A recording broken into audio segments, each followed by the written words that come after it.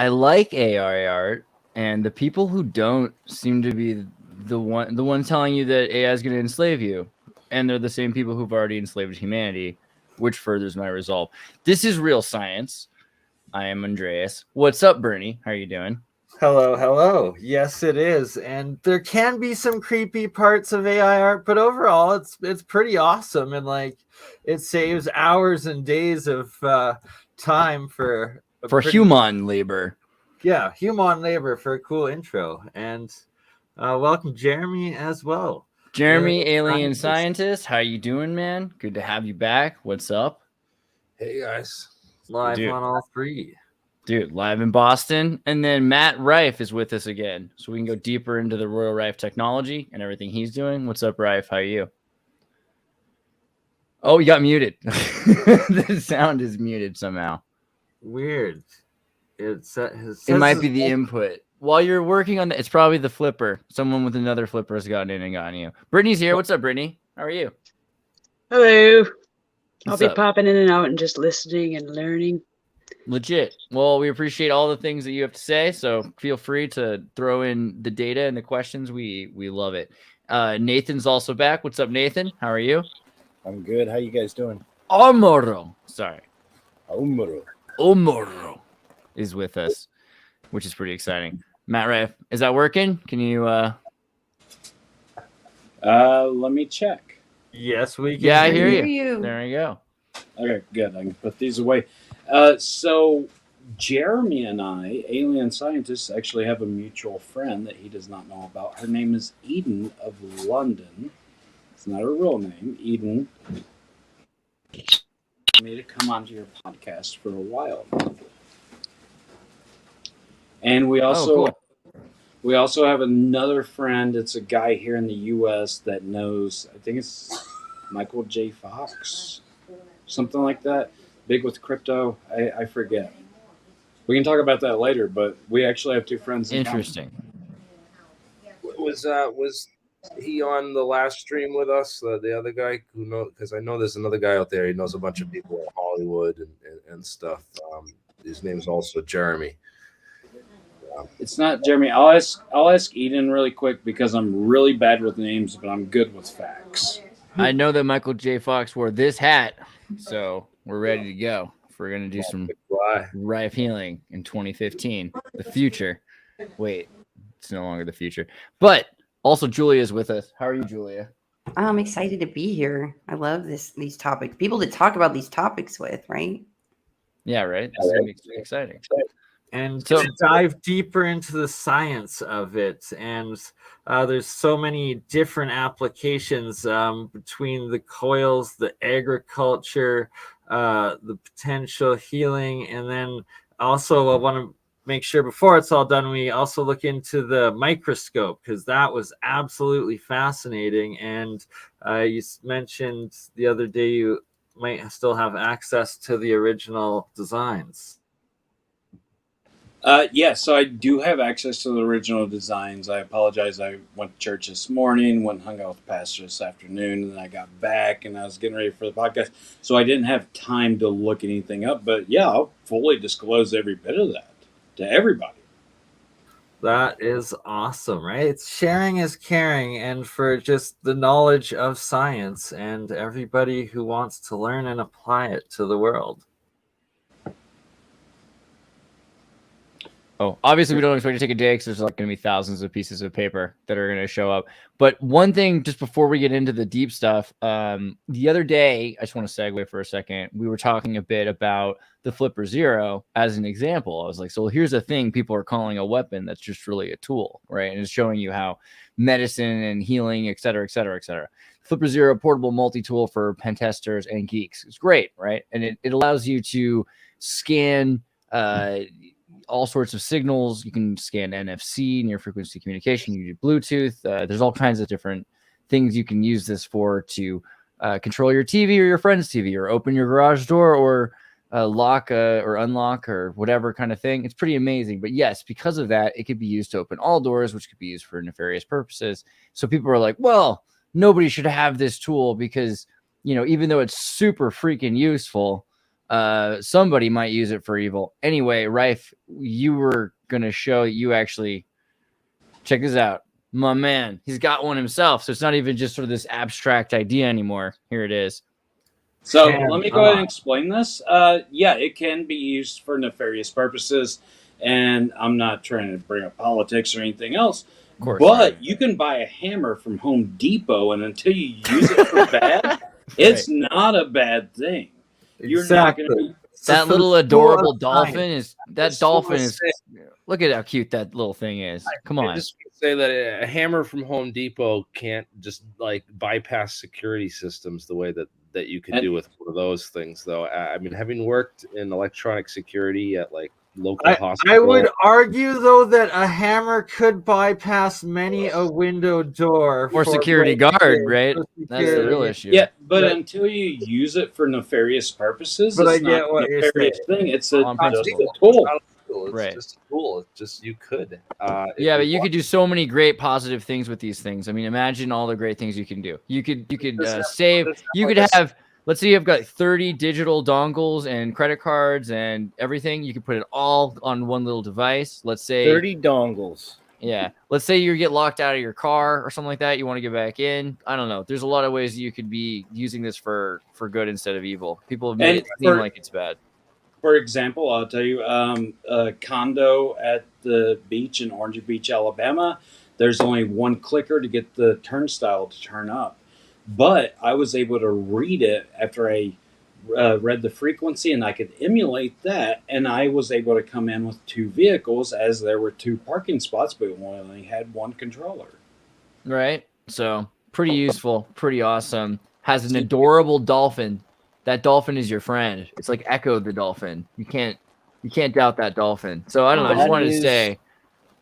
That's the talk, boy. They didn't even pay us for this. I'm just saying, like, support your local hacker company, because hacking is hacking, and hacking isn't bad. Hacking is just like changing the world. Hacking is what you do to a sculpture to make it more beautiful. Yep. They started this thing on GoFundMe, and it was like it raised $4.6 million to like build the first prototypes of it. But it's all open source, and it's a pretty interesting thing. I was just you can go on GitHub and you can get like unleashed version because it's geo-located. Like for the US, I cannot save credit cards or anything else on it unless I go through and I say, oh yeah, specifically I want to do an NFC-A card, and then I can save it, and then I can use my credit card somewhere else.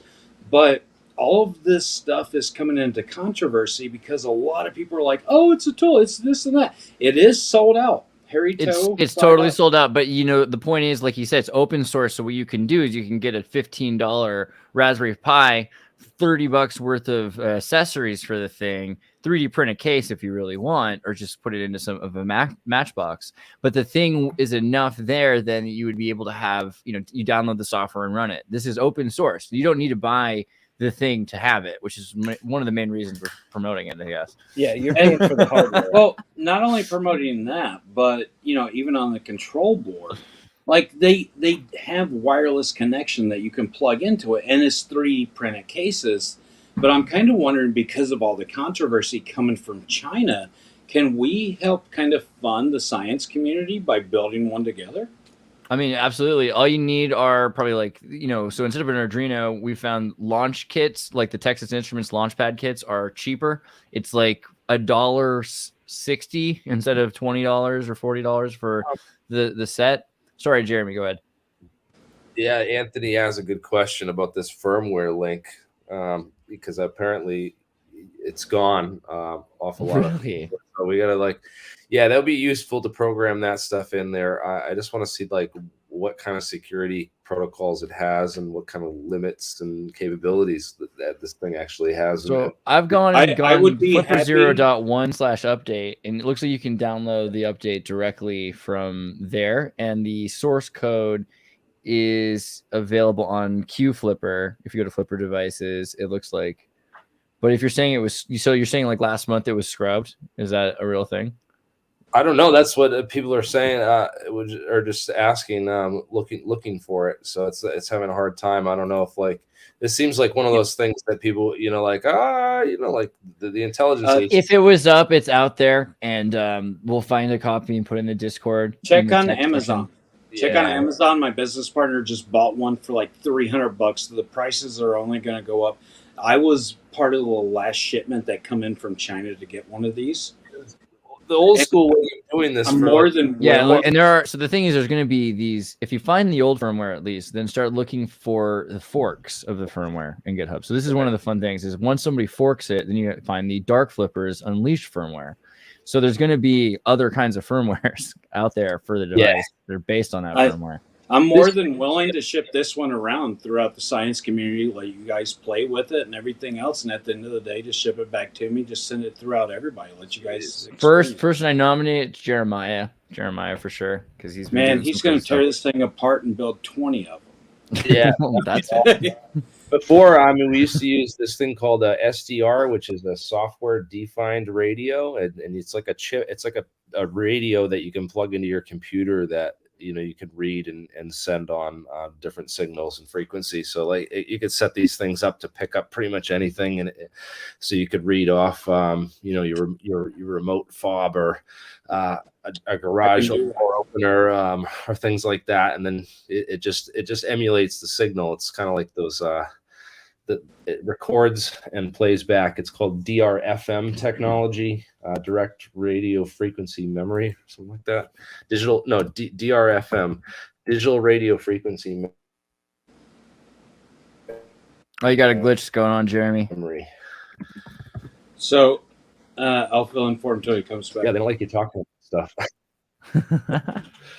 So I can show you right now, whenever I go to sub-gigahertz, and I can do the frequency analyzer, you see it 0, and right here's my key fob to my car. I'll just lock my car. Wow. And it automatically logs it in. But here's the problem. So a car's vehicle, it has a brain computer, and if I were to use this, I could only use it once, because it analyzes a signal and then it switches to a different gigahertz level. So it unpairs my key fob.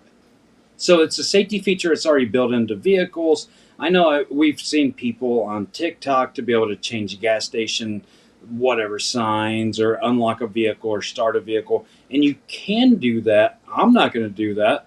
It's just like a hammer.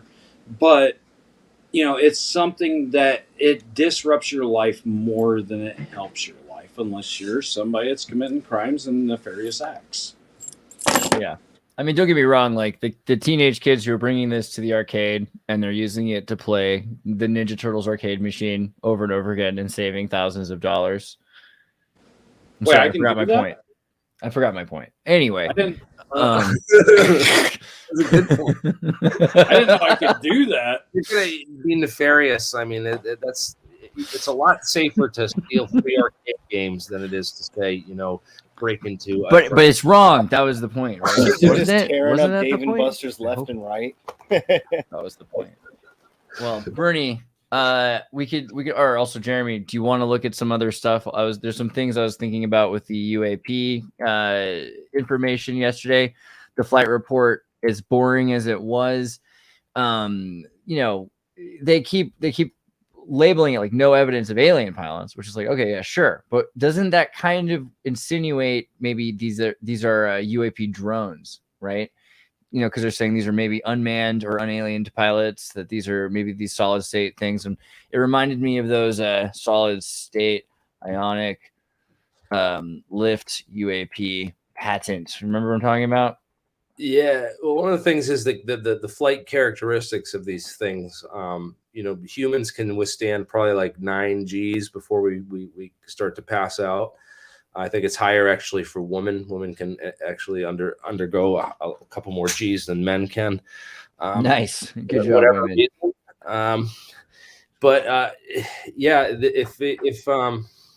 If it's really a function of that, then that's why a lot of hypothesis that these are UAVs or do not have human pilots, because either they're altering the space time around the craft so that they don't experience G forces or their robots. One or the other. It just doesn't make sense for humans to be pulling those kind of G's. Yeah, right. It, like somehow also neutralizes inertia along with gravity in the field weld that it would make. Correct? Yeah, it creates a time bubble. Well, Yeah, Jeremiah and I were hypothesizing on this earlier, and I thought I had a good idea on it, and he was firing back with me on things way above my head. I wish Jeremiah would come on, but it's we have Gerald and Unit Matthew, so it's only a moment of time before the exotic propulsion warps. He just thinks he's Jim Morrison. You know what it is. Give him time. Late entry. So, and now, the moment you've all been waiting for, Elvis Presley has entered the building. Yeah, okay. All right. Glad you made it. Ladies and gentlemen, let me figure out where this stream is playing in the background and stop it. Jeez. There he is. All right, but as much as we love you, Jeremy had showed me something a long time ago. Not that long, but these days, any 24-hour period feels like a year. So probably a few weeks ago, we were talking about lasers on the ends of jets. And he was showing me these freaking crazy patents that are designed to burn the oxygen into a perfect vacuum ahead of the jet, so that there's no turbulence, no friction from the air. It's actually being sucked into, beyond what we refer to space vacuum. It's like a Belson Bell vacuum, right, Jeremy? Back me up. Am I right? What am I talking about? Is it the Kevin Kremeyer patents with a K? I think those are the ones. There's a bunch of laser patents by that guy with some interesting stuff. They can, that dude right there. I think this is it, right? And he's got lasers involved with jets, and also the thing is that the plane was going to go so fast it was going to tear itself apart unless you destroyed all the oxygen. Right now, let's pay attention to this really quick. And I don't mean to cut you off. Go ahead and do your thing, Jeremy. But I just want to bring up this picture. Where's it? I like this.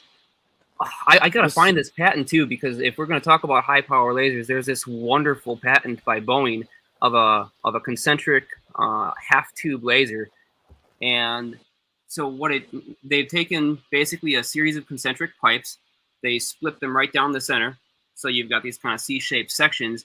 They're all stepped and tapered out from each other, and the way that it works is it initiates much like a transverse electric mode laser, one of those little T lasers with the two parallel channels, and then it, almost like focus fusion, crams all the energy into the center from all of these varying layers, phases them, and then blasts it all out the end. And so it's a laser system designed to generate like long megawatt pulses, very much just like what we have on Real Genius.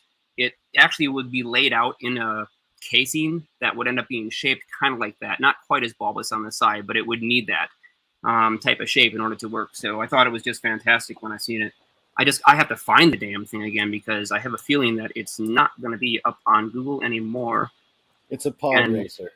And I did not retitle it, so it's just a freaking number on my computer somewhere. Yeah. I mean, the idea of a jet turbine for a laser, I guess at a certain point, that's where we're going. But also the idea of the laser being useful on a number of levels for completely destroying the atmosphere and anything that's in its path. Plasmatizing in front of it, right? Creating a plasma field. Yes. So that's what I was wanting to touch on, if you guys don't mind me jumping in. If you want to go back to that picture really quick. Yeah. This one? So you see where it says rotary spherical injector and fuel reheater. Go down. There you go. So it's going to shoot out in the middle, and it's creating a cylindrical pattern, which is also creating something that's like a magnetic field pattern. And we all use the right-hand effect on magnetic fields on the rotation. But then look at the cone and the nozzle going out. And I don't know if you have something that can do a degree separation up on that. And it goes exactly into the nozzle. So I'd be interested to see what that degree is and what that coincides with. Now, within our air, because if you look at the Tic Tac UFO, you'll see that it's shaped just like an oxygen molecule. Just like the other night, I was showing you guys that whenever you create a 104 degree dipole antenna to be able to separate and do electrolysis through sound waves and everything else, that you need to have an equivalent antenna to be able to work within the things that you do. So look up the Tic Tac UFO, and then look up the oxygen molecule and look at how they're similar.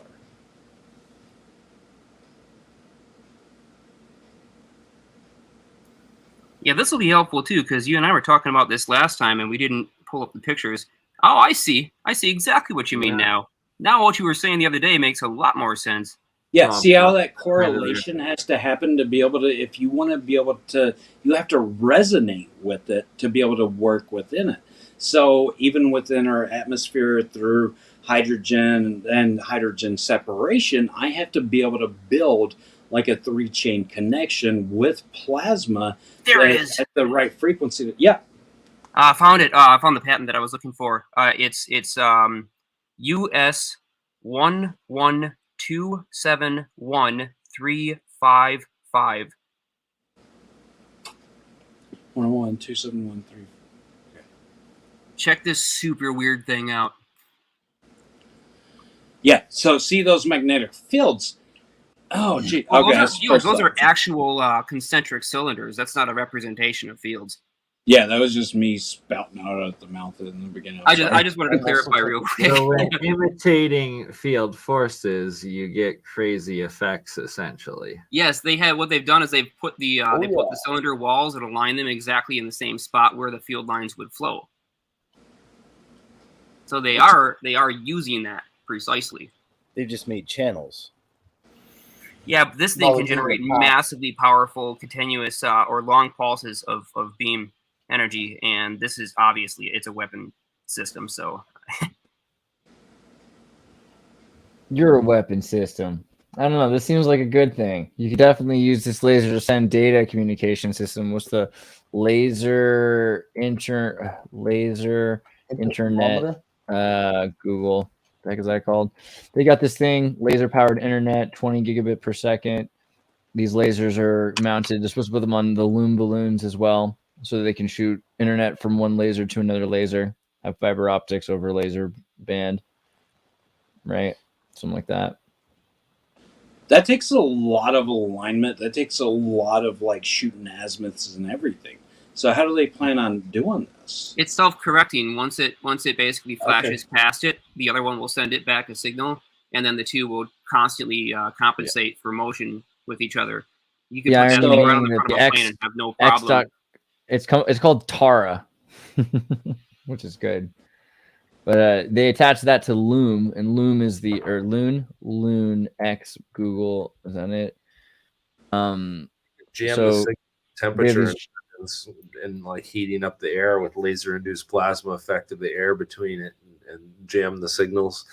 These balloons are supposed to stay up with ammonium oxide or dioxide or something like that. So ammonium sulfate gas or chlorine ammonium or something. And so the sun hits it, it heats it up, it stays up in the air for months at a time. And then they'll attach these lasers to them, which they'll GPS when they start to come down. If they ever do, then they can come replace them. Oh, those are awesome. I would love to get one of those things. Ballasts too that keep it at the perfect altitude in different weather conditions and temperature conditions. So why are we not using the Earth as internet? Is it because it's uncontrollable at that point? It's not deep. It's not centralized. There's lossy on signals intelligence for fiber optics and stuff right now, and then I don't know. Like that's probably a technical question on like bandwidth and other factors, because I'd assume that these things don't work as well in like snow or rain conditions. Like when anything that would block the air transmission passage of that signal. So yeah, I think that these have their limitations. Whereas hardwired systems of like fiber optic networks that are in typical internet backbones. It's a question for the internet backbone companies that host. Actually, I've delved into this. Let's look past hardwired.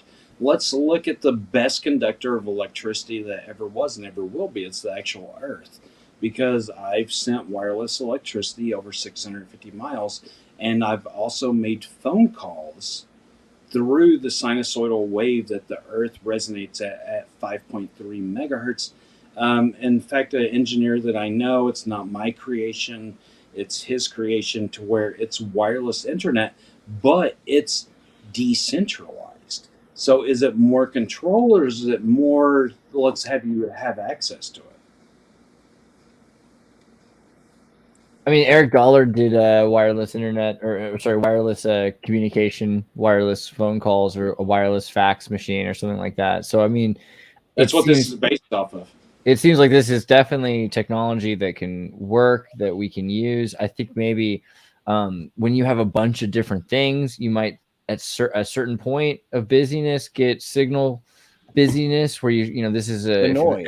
if everything starts to get filled up, then you'll start to notice noise. Like if you had every device in your home, instead of it having a wire, had its own radio station frequency, at a certain point you jam up so many frequencies, and then can pile that with everyone else's radio frequencies in the neighborhood. Yes. That happens every few years with UHF and VHF systems, and the military buying out bands. And so I used to be in music sales, and we would have to resell the same wireless equipment to these performers because their band is no longer useful. Yeah. So let's look at their band is no longer useful. I see what you did there, guitar. FCC compliance sucks, right? Because we're dealing with air signals. But the great thing is we don't have to worry about FCC compliance whatsoever when we transmit through the ground. Yeah, and let's just take. Okay, so they just gave up, 600 to 900 megahertz that they used to use for police bandwave to other people because the bandwave changed. I forget the exact numbers if I'm wrong, sorry. But let's look at it like this. Why can we not send 20 terabytes of data faster than the speed of light to someone else? And, okay, let me start with this. I'm sorry. Wireless internet works like this. If I build a coil, and it's at 920 kilohertz or megahertz, and you build a coil that's 920 megahertz, and I put electricity into the ground with one wire, it's going to go ahead and send that signal through the earth and go exactly to where you are. This is how we've done it. This is how it's been sent. Now, if I'm sending a wireless electrical charge through the earth and you're getting it faster than the speed of light, why can I not modulate that signal with data? And that modulation with data means that that data is going faster than the speed of light. But if you have servers set up with IP addresses, then why not have different sections on top of the globe for wireless internet to be able to be transferred, and then transferred from your IP provider, your internet provider, to your house through wire or through fiber optic? That's fine if you have a noise cancellation system. So if you have everybody on the 5 gigahertz spectrum or the 2 gigahertz spectrum or whatever, as long as everyone's on the same band, and so all the sounds are happening simultaneously, but each phone's able to pick up in this screaming chaos your phone's message to their phone, right? So all the messages are kind of heard, but they're only decrypted by end to end. And so that's, I think, the system we're moving towards, where we don't, each one of us and each one of our devices in the IoT take up all of the frequencies. Because the other thing to consider, again, is whales. No, but just all animals in general, like birds too. The more we take up the frequencies, it affects nature and migratory paths, which is interesting. So is that similar to, if you remember, DHL or DSL, whenever it come in, that you had to put a noise filter up on your phone versus internet? Yep. Sort of. That's, because on a cable, the cables next to each other, enough energy is flowing through the cable, it'll pick up noise from the other side of the cable. And one of the ways that you can do that is balanced audio cable, and this is the same thing for any cable. Well, you should be able to do it through shielded cable, because a phone is only tip and ring. It's 2 wires. But there's a distance that's traveled, and then there's energy that's picked up, and if there's multiple signals on the wire, then that starts to matter. So what you want to do is you want to have the same signal played inverted on a balanced line upside down, right? So that way, when it comes back, the noise that's been picked up is figured out between the two signals, and then the reduced correct signal is found. But that right, when the requires two waves are mixed back together, anything that was different at all between them from one side to the other, and that's generally where the noise comes in, automatically is filtered out, because only something that's exactly the same in balance can get through. The opposite of that is an unbalanced audio signal, which is totally fine if you've got like 3 feet or less of cable, 6 feet or less of cable. Because or then if you love the is... 60 hertz hum coming through your system, and that just pleases you to hear the sound of your power line. Yeah. Oh, is that Jeremiah here? That's him. Yeah. Yeah, that would be me. Okay. He's the Elvis Presley. But so no, that makes a lot of sense. Thank you for teaching me that. Then you'd have when you plug your phone into a headphone set, it doesn't balance it because it's a short enough line. So you'll have signal 1 and signal 2, which is why you can't plug those into a normal thing, because it's going to try to reverse those signals, pull out the signal in between them, and it'll get some weird The Fly Jeff Goldblum thing. So you don't try to balance stereo and balance signals is the point.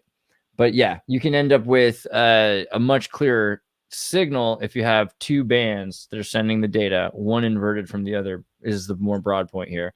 So you could have 2.4 and 2.6 or whatever, or as long as they're far enough apart that there's a gap between them. And then if you'd have all human communication on just 2 bands at that point. So if we're sending wireless data signals through the earth, and it's 5.3 megahertz and it's modulated, and you said a noise canceling situation would be able to do that. Is that even possible to have that such of an intricate noise cancellation to be able to send data where you want it to? Absolutely. Yeah, especially absolutely.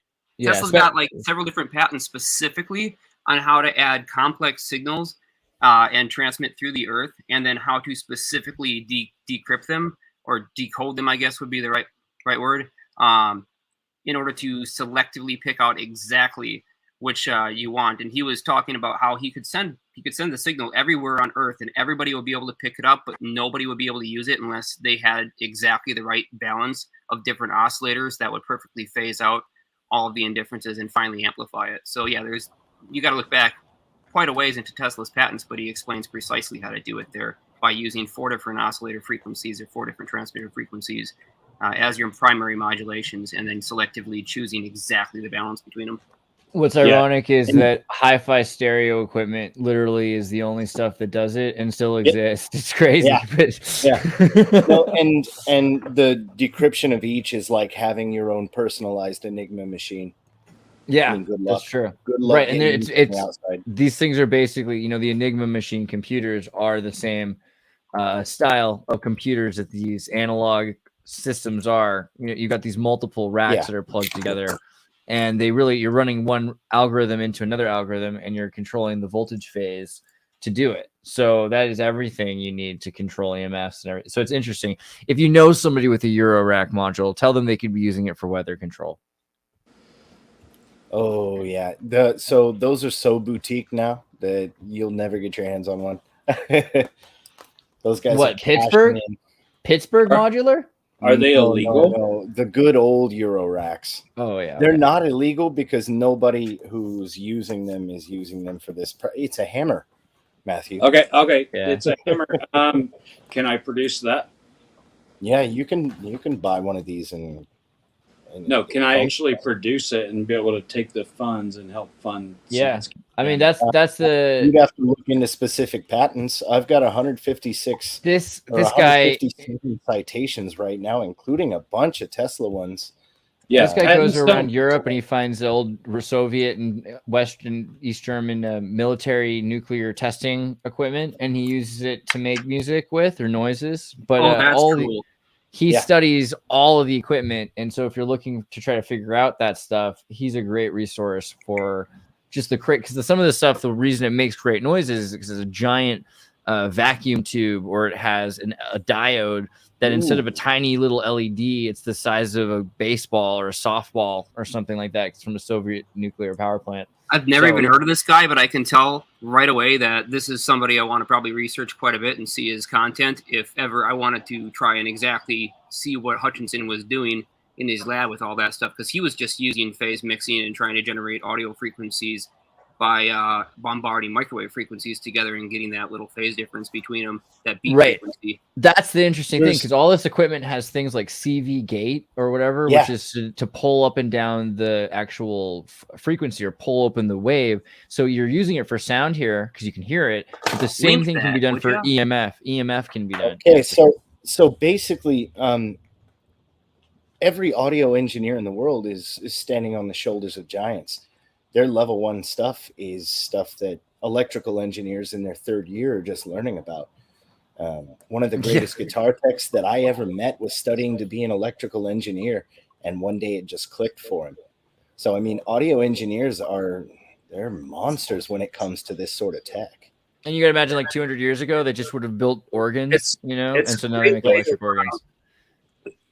It's a great way to physically feel out a lot of the math, because the math is, if you learn conventional physics on this stuff, it's a differential equations. So you have this basic differential equation which you can use to describe both the analog and electrical and the real world side of things, in terms of impulse momentum and what it's interacting with, like molecules and stuff. Getting into Rife's work here a little bit, by using the sound spectrum, you can sort of get this like innate feel or understanding of the waveforms. What they sound like, especially when you can combine that knowledge with an oscilloscope system, so you can actually look at the wave. So I love that comment right there. Who isn't standing on the shoulders of giants? The only people that aren't standing on the shoulders of giants are those too arrogant and egotistical to admit that they are. That's it. Yeah, true. So exactly. So like come at it from a musical, when you come at it from a musical angle, you're taught these, and any audio engineer or anybody with Pro Tools or GarageBand is able to look at sound in this way.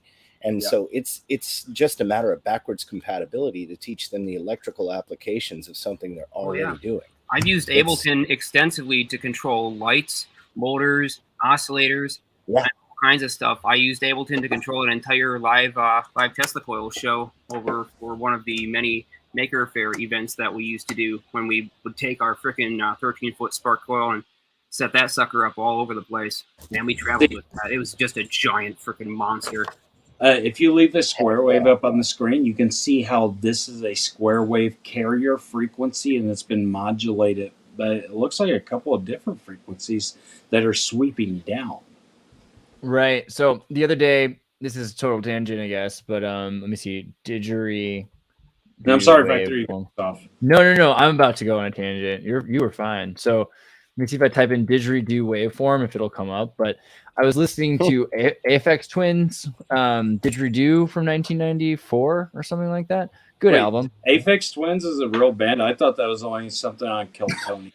No. Actually, so Aphex Twins is a dude. I mean, don't let him tell you different. And he is from Wales or England or something like that. And Richard David James, amazing noise musician they used to hire to play the late night set so people would leave the club because the music became too discordian.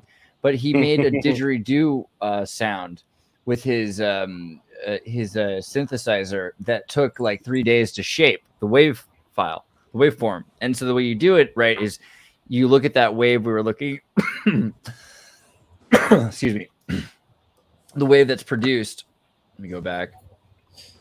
Earlier, it's like a square wave, like and frequency. It's got that background, that bass. That's the drone.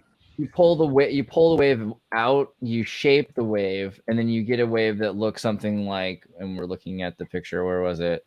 So you're getting a modulated wave that's going through different mini harmonics. Right, and then eventually you get something that's shaped very similarly to what a didgeridoo sound makes. And it's kind of what people find is useful is it's medicinal, and you can control whether it's at 432 hertz, and you can do all these things that are nice with certain kinds of sounds that are otherwise trapped in these like very imagine how special a didgeridoo is, right? It takes a human, it takes insects like these ants that have to eat the eucalyptus from the inside out. It takes certain kinds of trees growing in a certain part of the world.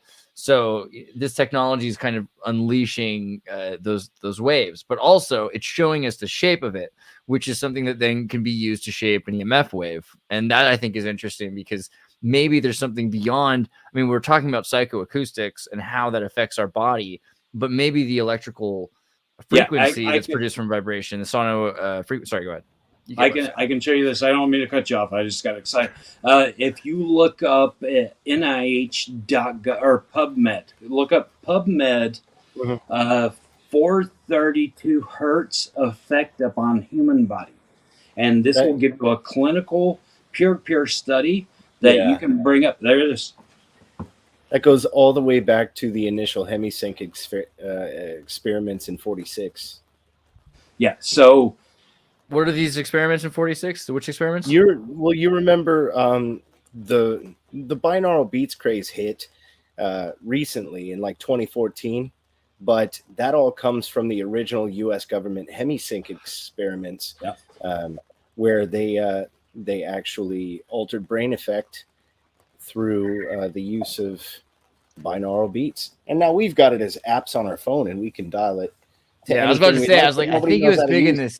I think it was big in the 70s because they were the people I was. Oh, what did I say? It's the 2014 or the 60s, I forget. But now that's okay. They're probably, if I go back further, it's going to say something like hemisync is. Yeah, he probably did some stuff in the 50s or 60s. 50s or 60s, he's already working on stuff in like 75. He is the company. I felt like the first paper I read was late 40s. I have no clue, but here it is anyway. Brunswick. We did it first. Yeah, 68. Here he is doing out-of-body experiences. So he was definitely researching it up until 78. The military gets involved. We actually combined that with the remote viewing experiments. Was that Majestic 12? No. What were the RV experiments they did? Remote viewing. You can actually look CE5 on the CIAD class, and you'll find Stargate. Project Stargate. Yep. Was that there we go. So Stargate. Yeah, John. So prior to Project Artichoke and Project Pilgrim, 78, they were actually using the hemisync experiments on some of the RV subjects. Yeah, and they were Ed Fouché, my buddy from Area 51, used to always talk about the binaural beats and how they were programming brain waves with the binaural splitting of the. So I can explain a little bit of binaural beats and the binaural situation. I never mess with binaural because it is the same sequence being played right after between right and left. Now, I was explaining on the after show, I could, in theory, possibly something. If you make your brain turn right and left at the same time, then your brain's going to shut down. You're going to regurgitate. You're going to have emissions out in the lower region at the same time, but at the end of the day, it's going to shut down. It sounds like salvia. Well, so what happens when you make your brain turn left and right at the same time? You have this thing in the medium of your brain called the corpus callosum that is responsible for the communication between hemispheres. And usually when you do a right brain task, your corpus callosum sends a signal, hey, left brain, shut up. And so when you overload that, they both try to work and they both fail. But whenever you do it through EMFs, then the EMFs, the electromagnetic fields, are going to travel through your brain. This is the same psychological reasoning why women can multitask better than men, because they have a larger corpus callosum. They have a larger highway between the left and right hemispheres. So they can talk on the phone and watch a baseball game, but men only watch a baseball game and then they can't hear somebody else talking. This is the same science if you look it up through psychology. Yeah, and with the corpus callosum function, our understanding of that, specifically that, is less than a decade old. It is. And McGilchrist talks about this in The Master and His Emissary quite a bit, and everybody knows I can't shut up about that book. You should read it. What is it? The Master and His Emissary. That is Ian McGilchrist, and it's one of the best books I've ever read on brain asymmetry. And now he he has a dedicated section to the corpus callosum. Interesting. But he takes this all the way through the function of the brain, handedness, the corpus callosum, whether music predates language or language predates music, the shaping of Western society and the rise of left brain thought. But a lot of this you can correlate quite easily with our inundation of electromagnetic radiation in today's world. Do you mind if we delve into it a little bit? If language was before music, because I see things as energy, and I think that energy has to be resonant before you actually resonate with it, right? So if I take a 410 or 420 tuning fork and I ring it, then this one will ring over here. So is that music or is that language? Now, I personally, I would think that language is something that's made up for communication, just like sign language, different languages, and just different things through that. So if we look at the Bible, then, and I don't mean to get on a religious rant or anything else, but even they said Lucifer was a choir director. He was a master of music. So which one came first? Was it language of communication or was it the music? Well, when the question is posed, music, I would say, is language, because what is language? It is a shared set of points between people, whether that be sounds or clicks or, I mean, something not musical. Like if I were to say fart, that's different than me singing it. So it's all language, but whether music came before the spoken word is a question better left to those who want to talk about evolution or punctuated equilibria, or even ancient societies, because we have a time when in our recent history all music was banned except in the praise of God, and yet chanting was not. Where was that? Sorry? Where was that at? That all the 11th through the 13th century. So we talked yesterday. You could think about it kind of like, you know, if humans were the late bloomers to come and develop or evolve on Earth, and there are plenty of other creatures already, what to us sounds like, you know, the beautiful chirping of birds and the songs of nature. It sounds like music to us. For them, it's language. So really, the only thing that we have with language is simply we're agreeing that some weird mouth sounds or tones or beats or thumps mean something specific to us. And music is absolutely a form of language too. It brings everyone together into the same exact pace and thought, and they all have this shared unique experience at concerts and just about any place you collect a bunch of people together. If they're listening to the same sound, they're going to have this incredible shared experience that's surreal and almost spiritual for some people. Now, I'm getting ready to start doing experiments upon different beats and different musics, and this is why it interests me so much. I think I forget the name of it, where you put the sand up on the board and it's resonating. Cymatics, that's it. So in cymatics, I've noticed that in different musics, that it'll do different shapes, but it's always in the shape of a serpent, not even to get into religious matters. But why is it doing that whenever we have an actual pattern upon a single hertz? And I'm going to be doing experiments on that. I hope you guys fully just download everything and post it on your channels too. When thinking about cymatics too, let me point this out because I see a lot of people get this one wrong or totally just miss right past it. People have seen cymatic plates. Cymatic plates are not the same thing as cymatics. What we're really talking about with those is what happens to a specifically shaped plate. So, for example, if you try to use a vibration plate that's round, or one that's square, or one with any other different geometries, the size and the shape of that plate is going to determine which frequencies do what. So if you if you take the exact same shaped plate and you just make it a tiny bit smaller, all the frequencies that work for the previous plate are not going to make any of those patterns. On the smaller one, you're going to have to slightly shift them up.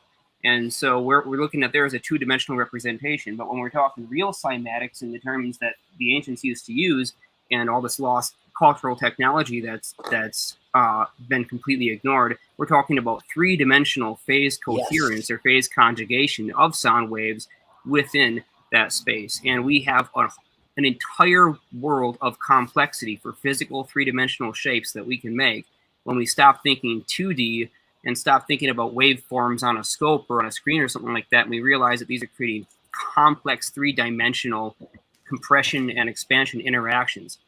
We can actually shape metals. There's been some experiments that Now, you said you were going to talk about this where they tonight. made parts in space in 0G by using sound waves and melting metals, and they could form them into just about any shape that they wanted. And they also could create incredible properties.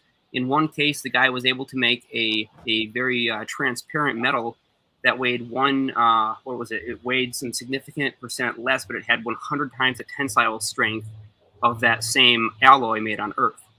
Now, this is the same way that you do mercury metal to create memory metal. So whenever I first started really just delving into my own experimentation upon RifeTechnology, I created a three-dimensional box of 3/4 inch polycarbonate, and I put tweeters on all sides, and I made sure that all of the tweeters worked within the same frequency that we were doing, or that I was doing. Sorry. But I would go out and take dandelions, and then I would take a mortar and pestle and break everything down into the finest dust possible. Now, of course, we still have gravitational waves.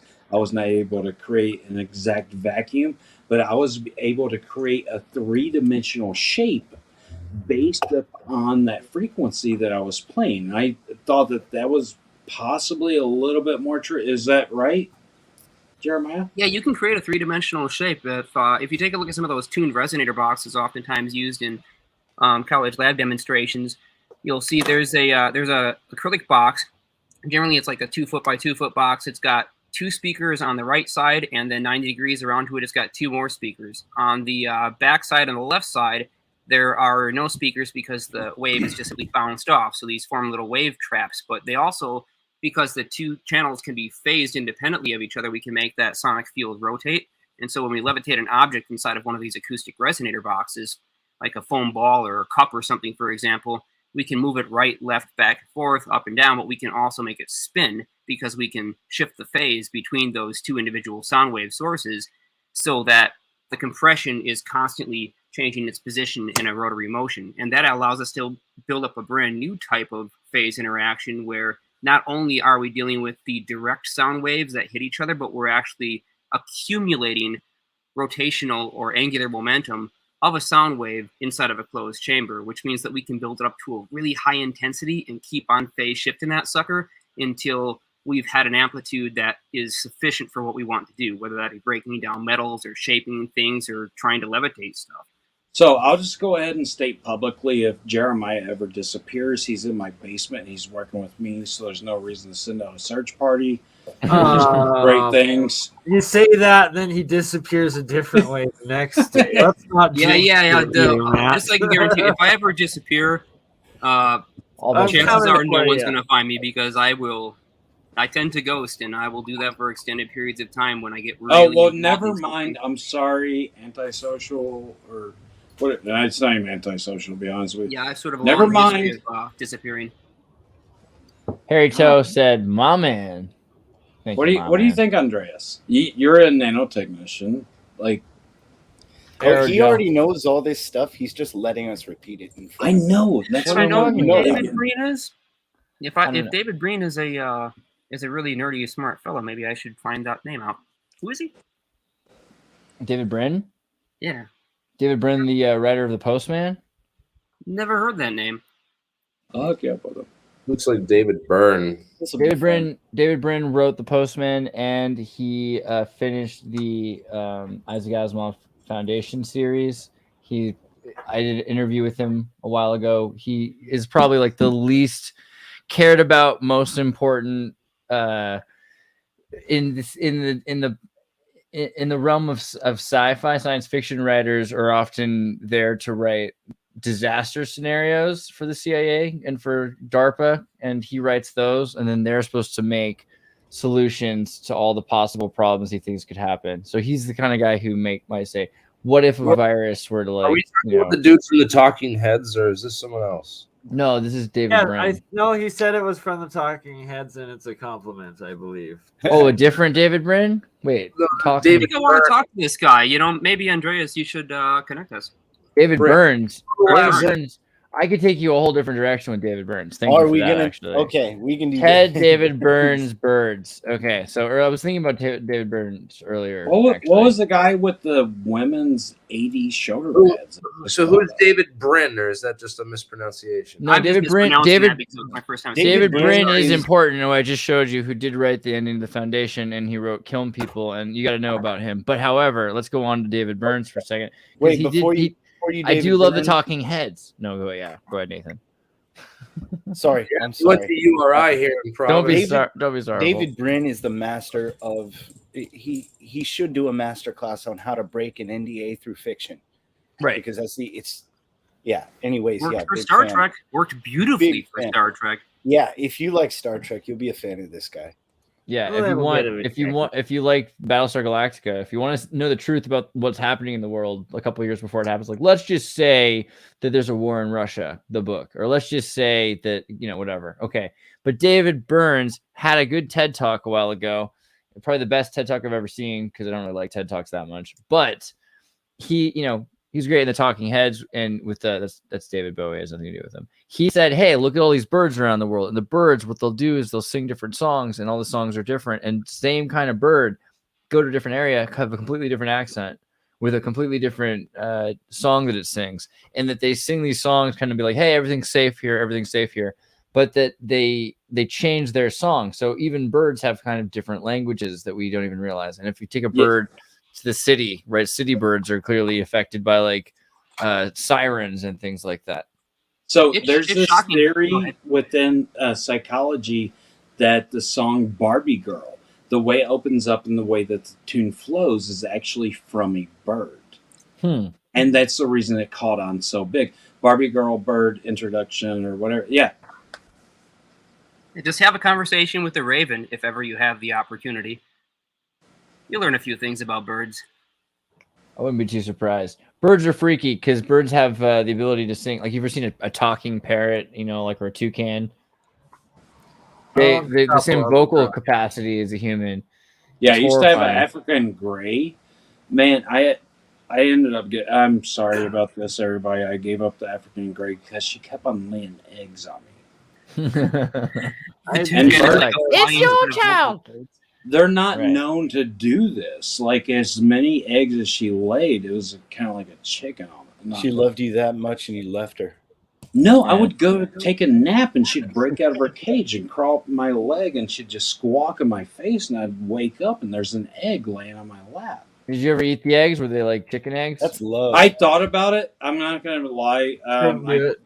I thought, and I just ended up sending them down the disposal. Yeah, right. What try? I don't know. Nothing about that seems fun. I don't I really don't know wanna about get you, man, but involved if a with bird brought me an egg, I'd make sure to keep that thing incubated until it hatched. that. Well, there was no male to fertilize the egg. Right. Oh, I see what you mean. Same samsara over and over. Yep, it's a tragedy. Well, the other thought was the idea that using these frequencies, maybe you can pick up on, you're talking about data communication, internet, or something like that. Can you somehow use your nervous system to pick up on radio waves from further away and use this for out-of-body experiences, which for whatever reason seems like people have been saying, Yes, you can, and I looked a lot into this. It's a U.S. patent, and there was a lot of religious things going around about this. Don't not take this as anything. Wow, whatever But we're it's the looking at same on guy screen on right this now, I button. want to see more about that. What is that from that we're looking at? He's on some kind of device that's supposed to assist in this process. Is that right? Or is this just because it looks like a med bed to me. It looks like something from Star Wars, and I think the software they're using is Poser 7, but I'm not really sure. It looks like the rebirth table for what's the X-Men villain? The Egyptian one. I think I want one of those. So it's the blackbird that says, "I'm a Barbie girl." Out of body table from the Egyptians, or what was that? So I forget the name. So when I did my interview with Wendy Shaw, she talked about, I forget which guy, some famous dude who used to do the grounding bed thing. And so apparently this is a big deal. Grounding I'm beds. I'm useful making for that. grounding mats for beds. Apparently, so tell us about it, because this is supposedly useful Okay. for the out-of-body experience. So or also to protect you from it, both. I've been seeing a lot of people in chat saying Joe Rogan. Yes. There was a guy from India. I forget the name. I'm not even going to try to mispronounce it. But he was on there, and it's overly charged overly charged frequency ionized particles that go into your body. It's kind of like electrocuting you, but it's overly charged ionized particles in your body at higher frequencies that the ground will soak up. Just like we run electricity straight into the ground, if you look up the electrical system and how they start it, they wanted to run a power line straight out, and then they wanted to run it into the ground to get that power back to the power plant. Now, you let the ground soak up all these overly charged ions inside your body, and it grounds you out. It's called grounding. So if you look at grounding, it is beneficial. It is something that is scientifically proven. And here at RifeTechnology, not here, I'm visiting my family, but at RifeTechnology, we are creating grounding mats that go onto your bed that they will strap down. I've looked up the skin resistance. I've looked up everything involved. And the material that I have is 0.003 of a negative impedance or less. And you can go 10 foot away and put an electrical meter on it, and it'll just go to zero. But not only that, but we're doing pockets to where you can throw an extra cell phone in there in case it happens. How does this thing work? What is the electronics on this, or is it just no really electronics? Actually, in the case of the grounding bed and just grounding out the human body, most of us that grew up in modern civilized culture never touch the ground. We walk around on rubber insulated shoes. We stand on several stories above the ground on wooden floors over carpet. We never have much contact with the ground anymore, and that's completely opposite of the way that it used to be. So our species is slowly losing, generation by generation, its connection with nature and its ability to sense what would otherwise be easily detectable coming from the Earth, because the telluric currents have pretty high potentials, and a lot of people can pick up on them, but today we just have no concept of that at all in the language. We've totally forgotten about the importance of neutralizing and balancing out charge in the human body. Have any of you ever heard of wait, Bernie, is this the gamer extreme version of grounding? What the heck is this? Yeah, that this is is Dan fantastic. Winters. Wow, what we're looking at. This is Dan Winters Therify grounding units. Oh my god, I want this so bad. I don't know what's going on. You guys should have seen the ground we installed back in the day. What is that? We used to put in these massive grounding systems for all of our transmission. Can you imagine, like, when someone comes over and they see your bed, and you're just like, this is where the magic happens. And you're like, this is where the alchemy happens. Okay, two things. Andreas, I just sent you something if you want to bring it up on screen, and this is how you could have this on a clapper, so it just turns on. Okay, hold on. When you turn it on, it plays Al Green. Well, are you guys building and selling these too, or our own, or is this just you're advertising for other people, man? Because we could build and sell these if this one's I'm building them and I'm going to be selling them. Andreas, if you look in your Twitter, I just sent you something on how the human body works on the electrical system, the bioelectrical. There you go. So, and I want to explain this because somebody was talking about this is where the magic happens. I have narrowed down 30 hertz EMF will actually bring blood flow to an area. And as if any females know what blood flow to an area means, then it just means a little bit more sensitivity, a lot of stimulation. And I've modulated that to where I can go to a restaurant and I can turn something on. I haven't done it, but I've tested it out with other people to where if they come to my table, they would be very happy. Yeah. Question. Is anyone familiar with ferrum phosphate? Yes. Is there a resonant range for ferrum phosphate? Yeah. If you don't mind me asking, please clue me in, because if I've never heard of this stuff, and my guess is probably most of the audience is thinking the same thing. So ferrum phosphate, or phosphate of ferrum, iron phosphate, is one of the 12 essential cell salts discovered a couple hundred years ago by a man, and then by George Washington Carey and his co-writer, brought into a religious and holistic purview. And now ferrum phosphate greatly enhances blood flow. And now if he's found a device, I think I know the mechanism. What you're looking at is the driving Hertz range for the propagation of ferrum phosphate inside of the blood. So your product combined with this product would act like every fitness guy thinks arginine acts. Yes.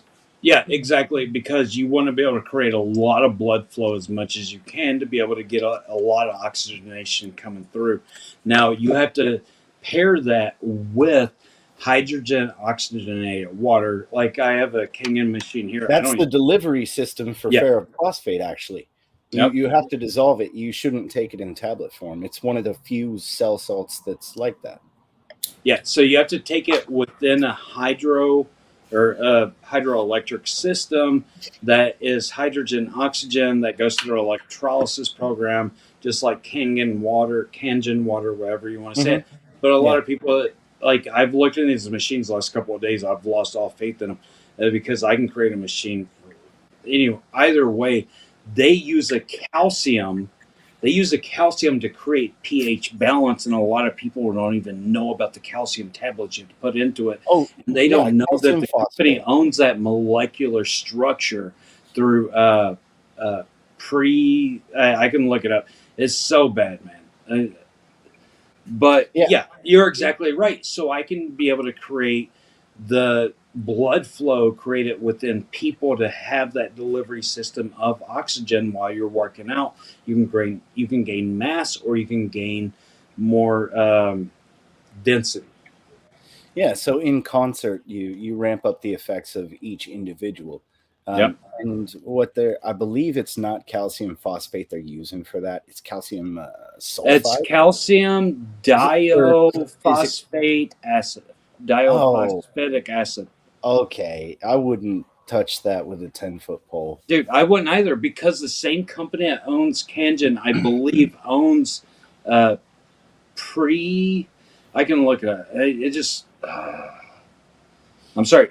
So a lot of my family owns these machines. I got one right here that's $5,000, and they say, "Oh yeah, it's got platinum plates." No, it has platinum electroplated plates. Yeah. So, everybody's cutting corners, just like they will copper plate things instead of make copper wire anymore for your washer and dryer. Well, if you're there with your family and at that place and you have access to these machines, what would be really cool, and I'm sure we would all appreciate it, is if you were able to pull some of those things up on screen and show us. Can we show and tell? Yeah, let's do show and tell. I'm over too far. Here it is. Look at that. Oh yeah. I can open this up and I can show you the plates. They are titanium plates. Yeah, it is a 7 would you? face thing. I'd like to see that, honestly. I think that my aunt may kill me unless I get $1,000. That thing is no substitute for a decent RO filter. And if you want to get really fancy, if you're making mineral water, you should be deionizing your water, and you can buy that anyway. It's a form of electrolysis. Well, how about I just hook up a Rife machine, and I pull a bottle of water that's sold out, and we just do different tests on it. Because after I cleaned all the calcium out of this machine, real science. Yeah, okay. My aunt paid $5,000 for this machine. We won't tell. Yeah, I don't want to be hurt in the morning. So, and that machine there we're looking at costs $5,000. Oh yeah, the Kangen machines, they'll go for $5,000 to $9,000 to $12,000. Go look up Kangen Platinum. If I can figure out how to switch my screen really quick, I'll show you. They got the small. No, I really want to know what's inside of it that justifies that kind of cost. Well, they can alter the pH in real time, so you hit a different button and it's a different pH. So, I mean, the idea is sound, but as for effectiveness... And she's still got the plastic on it because, Well, yeah, when you pay $5,000 for something, you want to keep it perfect. So, you got to go over here.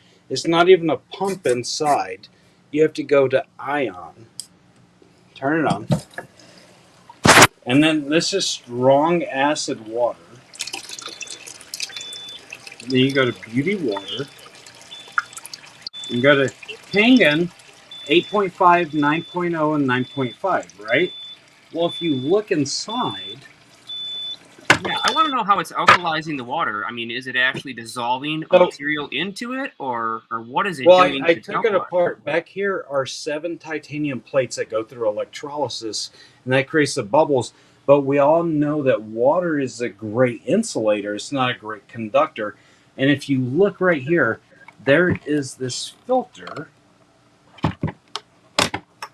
right? I'm guessing something in there probably needs to be changed out every so often if it's mixing different materials into the water in order to add an alkaliner and acidic properties. Well, look at the top above the filter.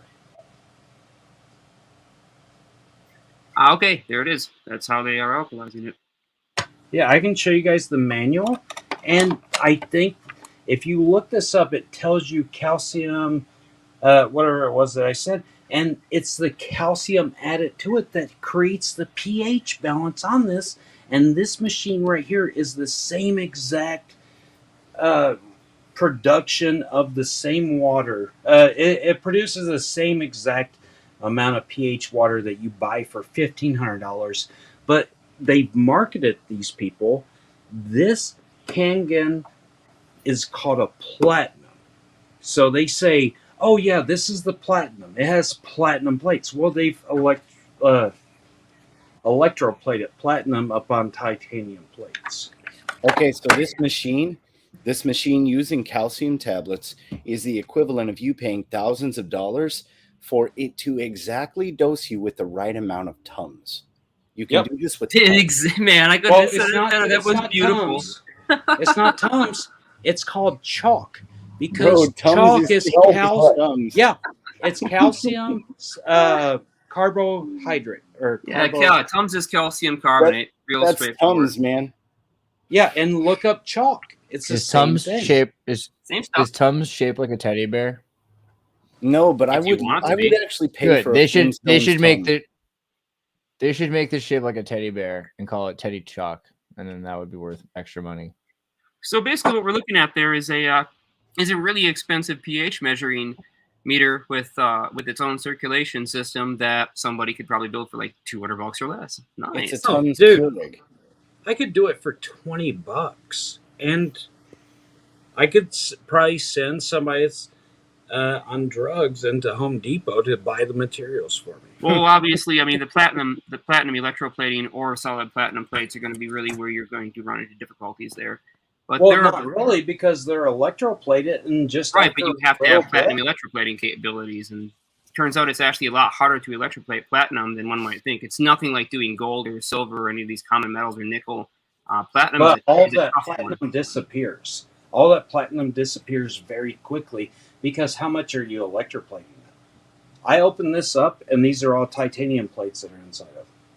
That's not right. Well, I mean, they're using solid platinum plates for a very good reason when they're producing the Brown's gas.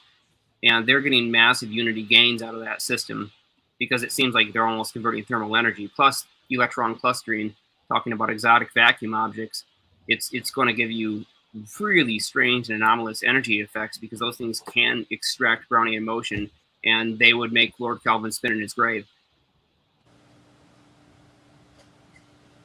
Guys, I'm having a really good chat. Thank you. That's a really expensive coffee machine.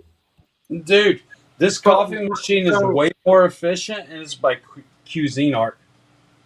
But what about what you mentioned earlier there? Hook up a Rife machine and to some water or something and do some experiments? We can do it now if you guys want to. If you don't mind, maybe setting up and see what Xirtus is looking at while you get ready. Yeah, I just have all these thoughts. This is just making my mind run wild, actually. I have a lot of thoughts. Yeah, this is great. Absolutely.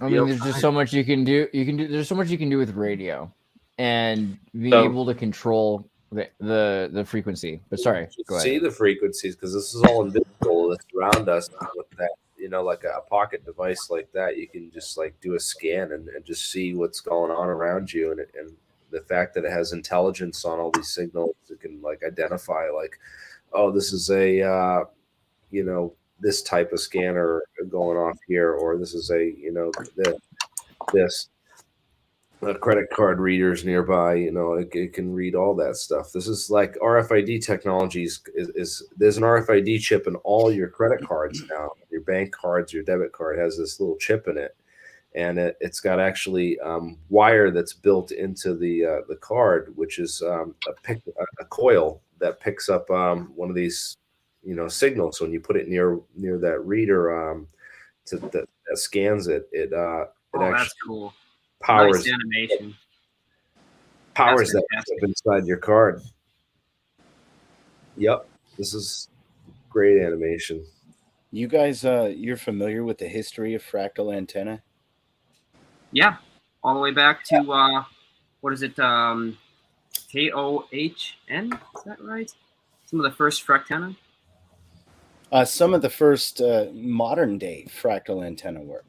And there's been a huge amount of fractal antenna work that brought us to metamaterials, and that's Jeremy's specialty.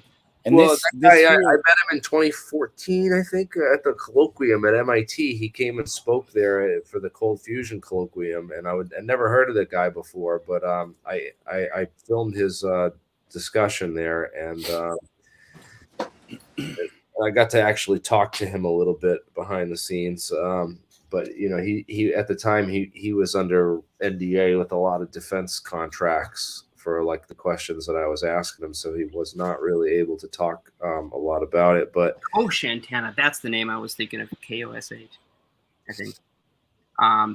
But yeah, I had a buddy that was way back in the day. I think it was like 16 or so years ago. He built a series of what he called snowflake antennas.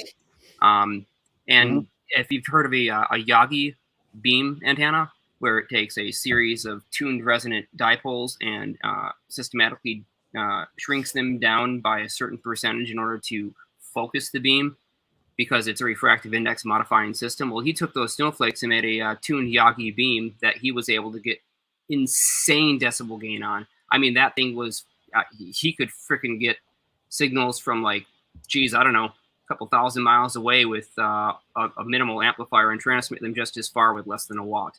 So it was nuts. That's incredible. Oh, what another great animation. Jeez, that's beautiful.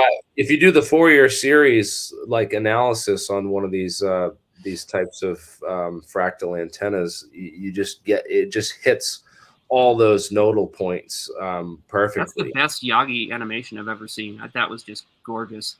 So, I actually want the link to that one. Man, that was great. Would you take I'll put it in the private chat. Yeah, would you? I'd appreciate that. I intend to use that. With the fractal antennas, if anybody wants to know where to actually find me, I operate out of stolenhistory.net and stolenmedicine.net. It's mostly historical. Jeez, that's so nice. The idea of the fractal antenna actually has a large following in the history community because they believe the same as with pyramids, that archaeologically and architecturally fractal antenna principles have been around for thousands of years. They sure have.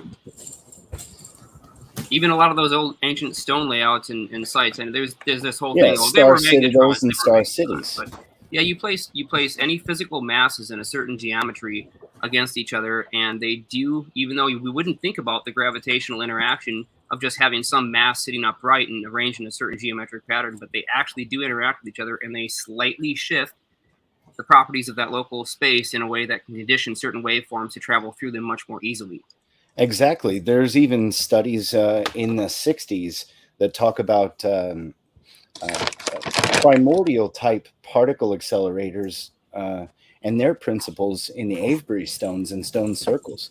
So, I mean, we have the same principles, and just like an audio engineer may not know the technical electrical engineer's math and datum, it seems that these people were able to intuit things that we're only just coming to again. Well, on the opposite side of that, I'll also say an electrical engineer who doesn't understand the principles of sound or audio is a crap engineer. Or he's just never been exposed, but I do agree. But you can't help but acknowledge it. I mean, I know, avoiding all the woo, you can't help but notice this Graham Hancock thing. These ancient people that have these towers, they're working with bells, they're focusing on psychoacoustics, on the power of physics that are affected by volcanoes, and they apparently have these ancient temples that are from a civilization that is no longer there. So exactly, clap your hands next to any step pyramid. Just clap your hands near any step pyramid, and you're going to hear that thing shift its frequency. I thought that was like if you don't think that the Tartarians exist, you have to clap your hands if you say it, or else clap your hands, or else if Tartarian dies. Yeah. Said that word. I have to bring up a short clip out of from Tesla Tech, Steve's place, played earlier tonight. Where, oh my God, man! Do what you must do. What must be done. Oh yeah, okay. Tesla architecture being talked on Steve's place, Tesla Tech tonight. Oh, real sweet. Yeah, back in 2019, we went over these onion domes. They're going over all sorts of the sacred geometry patterns, the fractal antennas somewhere up in here. Quite the extensive I think it's not just woo. I think it's really important historical evidence for technology that we're trying to rediscover or find that exists either in the past or the future. So the more that we can find it. Oh, go back. Are you going to show it? I'm sorry, I didn't mean to interrupt. Just doing a little highlight of it. So yeah, just show its existence. It's a shout out too. Seriously underviewed over there with the stuff that they're putting out from Tesla Tech. All the archival, old Tesla Tech interviews, guys. It was a good place for a lot of these people to come forward with a lot of their research into some of this stuff. There's some. Cool. If you go back to that plane, right? Okay. Hey, Void Yin Yang is in the chat today. I have an experiment that I wanted to show him. He found something most fascinating. That was that thing I brought up on your show the other day, Bernie, with those two magnets inside the test tubes. And now that I have that set up, I mean, this audience hasn't seen it. Your little audience did. Give me like 2 minutes for the sake of Void. And by the way, dude, we got to get in contact, man. We got to talk. I want to talk to you about non-communication and non-localities. So we've got to hook up. So you said for the sake of Void. So for the people that do not know, this plane that he just brought up was actually found in the pyramids. And people say that they were produced after birds. But it looks like a plane. That's a messed up bird. I feel really bad for that bird. That bird has run into trees. Of those too. They were found all over the place. Some of them have open cockpits and little seats inside of them. Some of these little things that were found, so they don't all. What bird has a beak like that? Do look like planes. That's the pit bull of birds. That's like the animal and the person. You don't want a beak like that if you're a bird. I don't think it's a bird. I want that bird.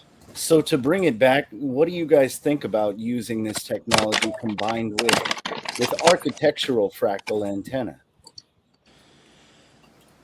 Definitely, I think it was a key source to the energy prior to what we're using today. In old Earth atmosphere used to have a vastly electrified profile compared to today. I mean, we're living in dead years, even compared to 500 years ago. And just the very structure they made, the materials they used were way more conductive than what we're using today, and that was definitely a factor. Oh, yeah. I think that we have enough intelligence here and people with experience that we could be able to be funded and to be able to bring technology like this back to the forefront of the community, just as long as we had people to back us up. So as a business owner, I could see us all supporting each other and to be able to advertise each other for free, because I spend, you guys have no idea how much I spend on advertisement. But just by the minds alone and the people that's in the chat, if you guys share this out on your Twitter, if you guys share this out on your Facebook and bring people in, maybe they're interested. Green tethered UAVs for EMF aware cellular networks. Well, that's nice. A prevalent theory circulating amongst the non-scientific community is that the intensive deployment of base stations over the territory significantly increases the level of EMF. To alleviate the concern in this work, we propose a network architecture that introduces tethered unmanned aerial vehicles carrying green antennas to minimize the EMF exposure while guaranteeing a high data rate for users.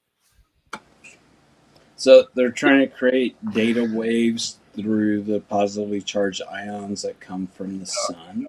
Networks of these UAVs. This is like where they're switching to near field communications for so that there's not so much EMF background noise created by the communication systems for these UAVs. Right, and then they can shut it off too, because then you can shut off a whole block or a whole community. You just shut off the UAVs in that area. So the near field communication is you have just a simple chip that's programmed. It has a resonant signature upon an electric, and then whenever you apply something like the back of your phone to it, then that's going to go through a Qi coil. It's like wireless charging, and it's going to excite that chip to send that data back to you, and that's how you read it.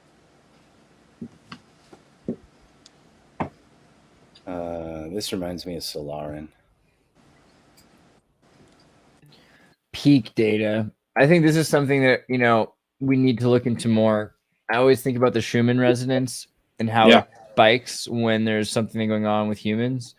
But wouldn't that also make sense if it's that something's going on with our communication networks and that we're busying up our bandwidth or something? Well, these are also wide bandwidth systems because they're frequency hopping, modulated systems for security purposes, to run a lot of UAVs and drones, and especially military ones.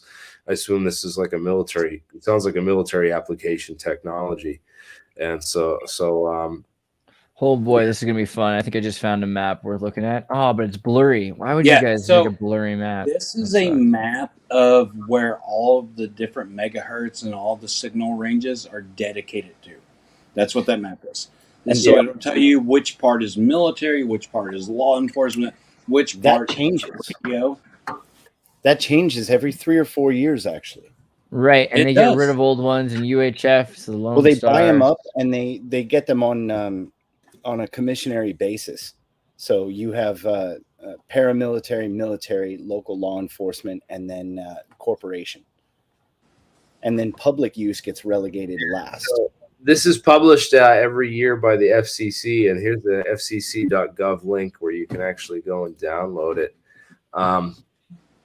So who owns these airwaves that are selling them, and none of the people that have the airwaves above them are benefiting from it? What's the law with that? So the FCC, what's their deal? Like, what's the deal with cars and roads? At one point we all own the roads, right? And didn't they transfer the property of the roads to the Department of Motor Vehicles? So I feel like in Eisenhower's era. I feel like the FCC kind of owns the radio, but I could be wrong. Regulates communications. Who owns the radio? What is it? The FAAC? I think who really owns the airwaves? Oh no, it's just going to be a propaganda article. Avatar owns the airwaves. Basically, well, the FCC is the regulating body for this, area of space, or whatever you want to call it. So the FCC is the Federal Communications Commission. So all these communications run through the FCC, and of course, it's connected very closely with the NSA, because the NSA literally takes all those signals and they just listen in on all of them and dump it to these massive servers in Utah, where they then have teams of computer scientists and other technicians working on how to crunch that data to actually find usable intelligence out of it. So they're like, well, what should we be listening to, and what is noise? And we need to figure this out, because it's like, obviously there's a point in history when people could just have their own radio stations, and we have a term for people that do that now. They're called pirate radio stations. Yep. So clearly they're the waves. It's kind of the waves of the sea, of the broadcast, and we need to figure out who thinks that they own this anarchy, or how it works, that they have control over their jurisdiction over it. That they, because they were on taking people's equipment for using it, right? Oh, yeah. So again, remember, just transmit through the ground, and you get to avoid all that through ground communications. Can't stop that. You can bury the whole damn thing underground and transmit directly I think with they the coil can. and resonator, everything under the ground. I think they can because, for example, here in Virginia, there's people that still own mineral rights. And the mineral rights are the minerals below your land. And you have to pay a lot of money to do that. And over the years, like in California, you never owned mineral rights. But over the years, you can sell the land, but you don't sell the mineral rights. The mineral rights go to the state. And that's all the coal that's up under there. That's all this stuff. So my grandmother owns many acres of land, and they're getting ready to coal mine up under it. And they'll never tell her if they coal mine up underneath her house. But she owns the mineral rights, so therefore those minerals are hers. And this is the same with frequency. It's still above her head. The only thing that people are allotted to and allowed to have is what they walk within today, because the government has taken over every other control above and below. Well, if she could ever prove that conclusively there is a mine underneath her house and that it was profited only for that little area, exactly how much acreage she has going straight down, she could theoretically sue and get her value out of whatever that section of the mining was. Yes, and I have a Google Earth map that has all the mines and how much they've mined out of it, but it takes so much to be able to take a lawyer and go back and prove all this and go through court, especially in this area. My brother, I don't want to get into that, but it just takes a lot of resources to be able to do that. And people that don't have the resources are not allowed to access any of that data. Nice comment, Daniel. Mommy, should I trust strangers offering good sound advice? Well, take sound advice from anybody who will give it, whether that be sound as in coherent or sound as in acoustic or sound as in electromagnetic. Always listen to anyone talking sound. Test all things, hold fast to what is true. So this is whole thing called ham radio too, and you can get your ham operator's license, and there's a bunch of people that still talk and communicate on this ham radio. I think it's a different band than the CB radio crew, which is like there's CB radio, which is commercial band radio. That's like the truckers use that to talk via those shortwave. Yeah, but the ham radio is that's long. That's far field long wave broadcast stuff, and you have to get like some license to be able to do that. And there's like the license isn't even that bad. They took away the testing up on Morse code, and what it does, it kind of works like 5G, to where it goes from an antenna and it bounces off another person's signal. You mean like Are you familiar with the ultra high frequency, like 1930s, I think, and they were talking about using ultra high frequencies to reach coils that could be buried, I think they said 5 feet, and even through snow, they could trigger these things in the ground to operate like a perpetual motor through these ultra high radio frequencies. Sounds awesome. If you're talking burying coils, you're talking our language. Yeah, so I have to find the book. I just went to go look for it, and it's from like the Corps of Engineers, and they're writing.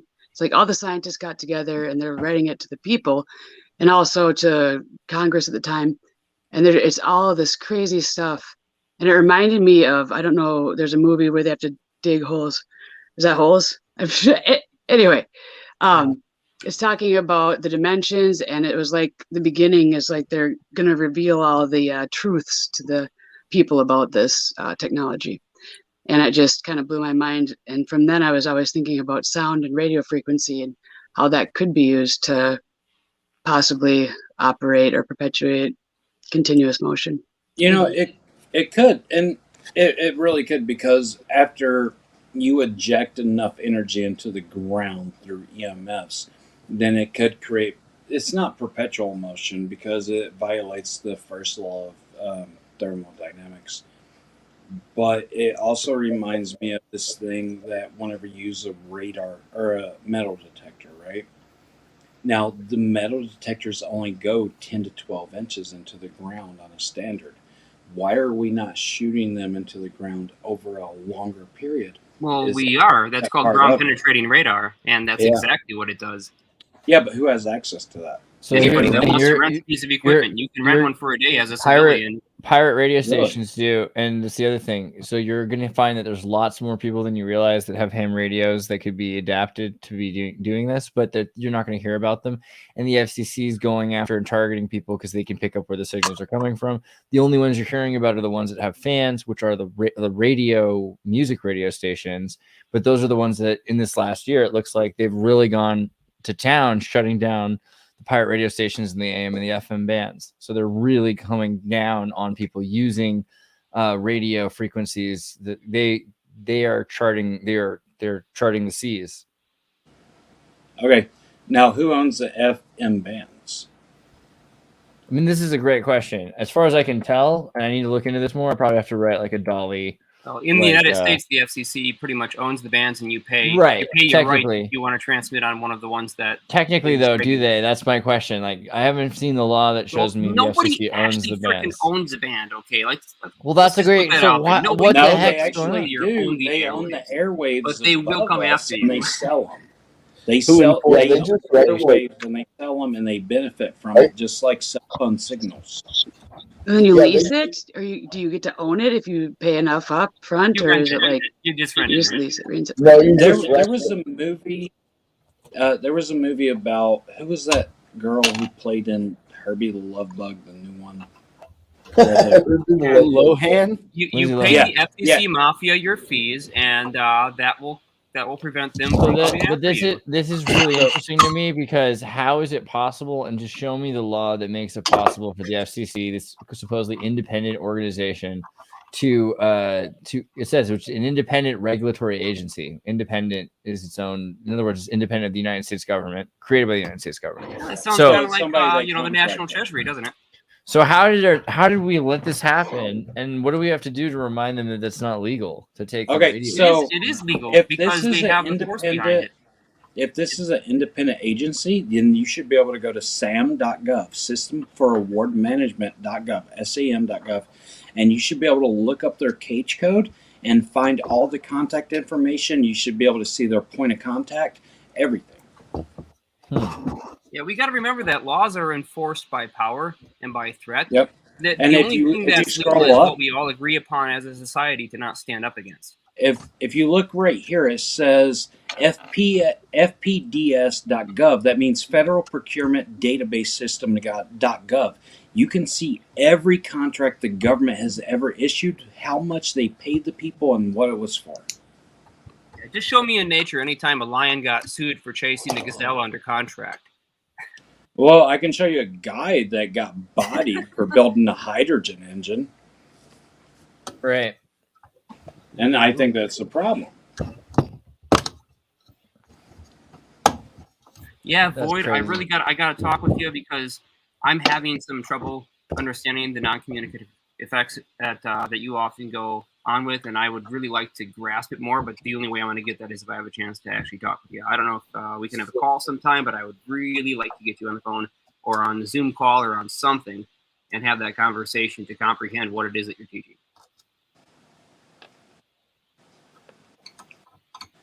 Yeah, so this UHF band that she was talking about, that's ultra high frequency. So when you're talking about energy content of electromagnetic radiation, E equals HF, which means that the energy is proportional to the frequency. So if you want to get energy out of electromagnetic radio waves, then the UHF, or the higher frequency side of the spectrum, is of course going to give you more energy. Maybe usable energy. You may be able to get something out of that.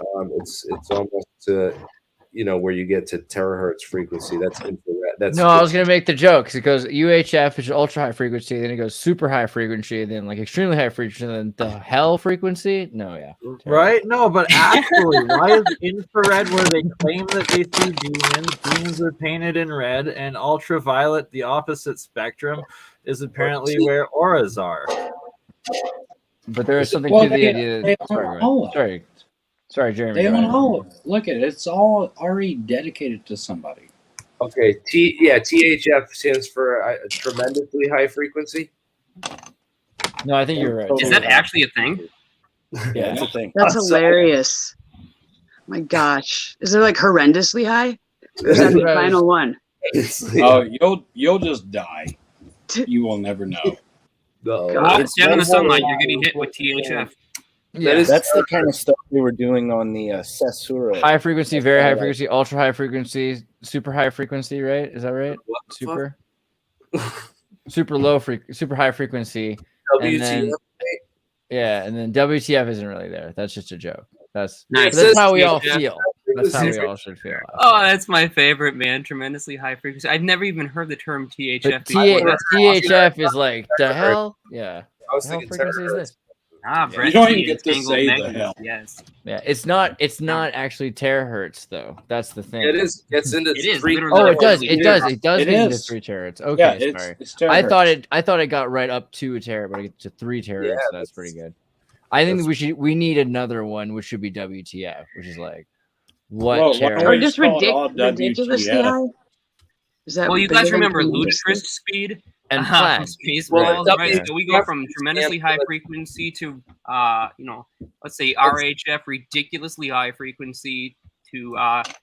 That's not real. What's after that? No, it is, and that's terahertz radiation. And Jeremy, you were about to say. Oh my god, I was joking.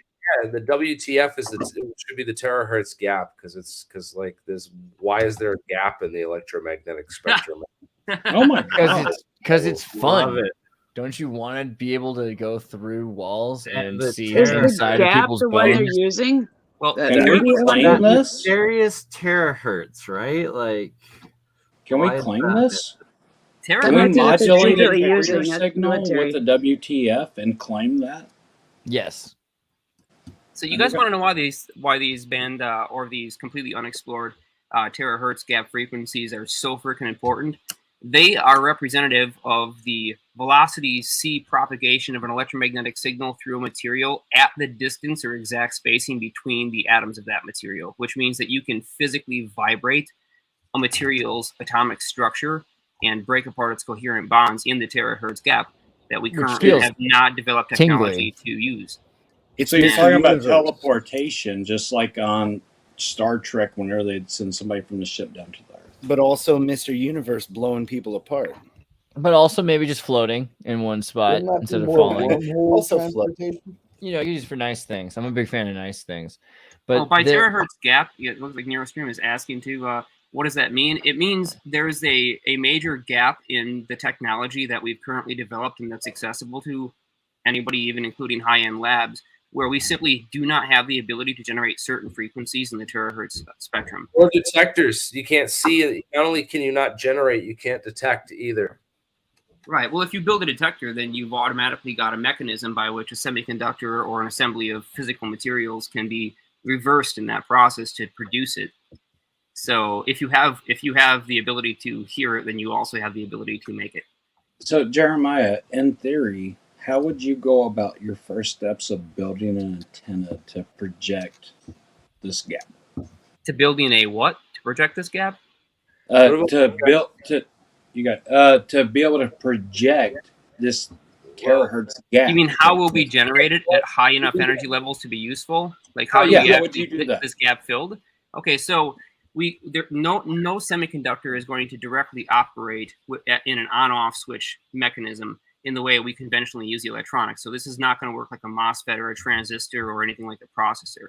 In order to generate terahertz frequencies, what we need is something with a material property where we can input a low frequency or input a continuous direct value, and that material itself will atomically, because like I said, this is the spacing between atoms, will atomically vibrate and pump out the terahertz frequency that we want. And then we can use things like temperature, compression, and phase angle in order to shift the frequency of the terahertz output so that we can have precision at just about any frequency that we need.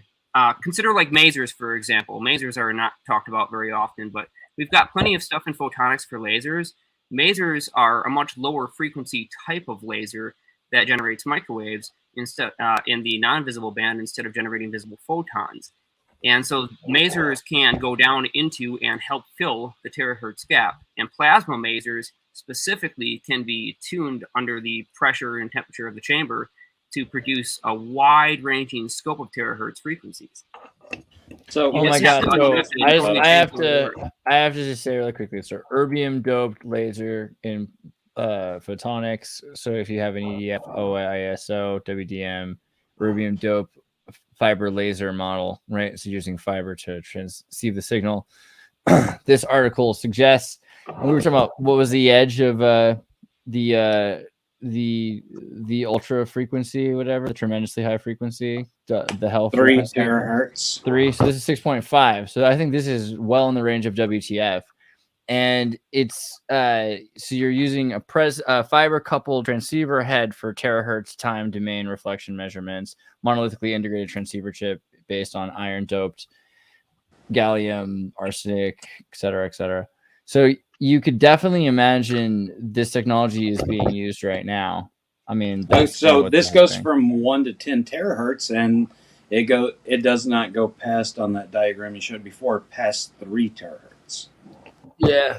So one of the methods I would suggest also using, similar to what Jeremiah was describing, is you have to use frequency multiplier reflectors or waveguide multiplier reflectors, such as a Bragg reflector or other type, right? And if you get a frequency that's just below the gap that you say you can't reach this gap, if you start with a frequency that's just below that, and then you shine it through one of these waveguide materials that can act as a frequency multiplier, you could maybe produce an output frequency that's in that range by using one of these waveguide multiplier. Is this similar to shining a light into a prism and having it reflect off into different colors?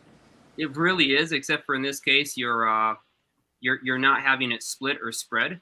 You're just simply receiving the difference in phase conjugation between the separation of the layers. You remember the Linda Moulton Howe samples and how those things were basically stacked metals and stacked oxides. These are going to be the lines doing the same thing. Colors. Yeah, this is the same. That's the same thing. Was like what was shown in that diagram is what you'd get through a stacked layers of different materials of different refractive index, and what that effectively does is it reflects it's a great to look up that Quetzalcoatl pyramid study that was done on the acoustics of the Chichen Itza. If you find it, send me the link. I'll put it up. That's just what we were talking about earlier. The step pyramids will generate a series of these phases. Is the chirp, right? So you clap at the base of this ancient pyramid, and the signal that it returns acoustically is a chirp. And there's a whole paper that was written that decodes that, that solves it, and basically, here it is. I got it. Yeah, this is the inverse principle of the creation of amphitheaters.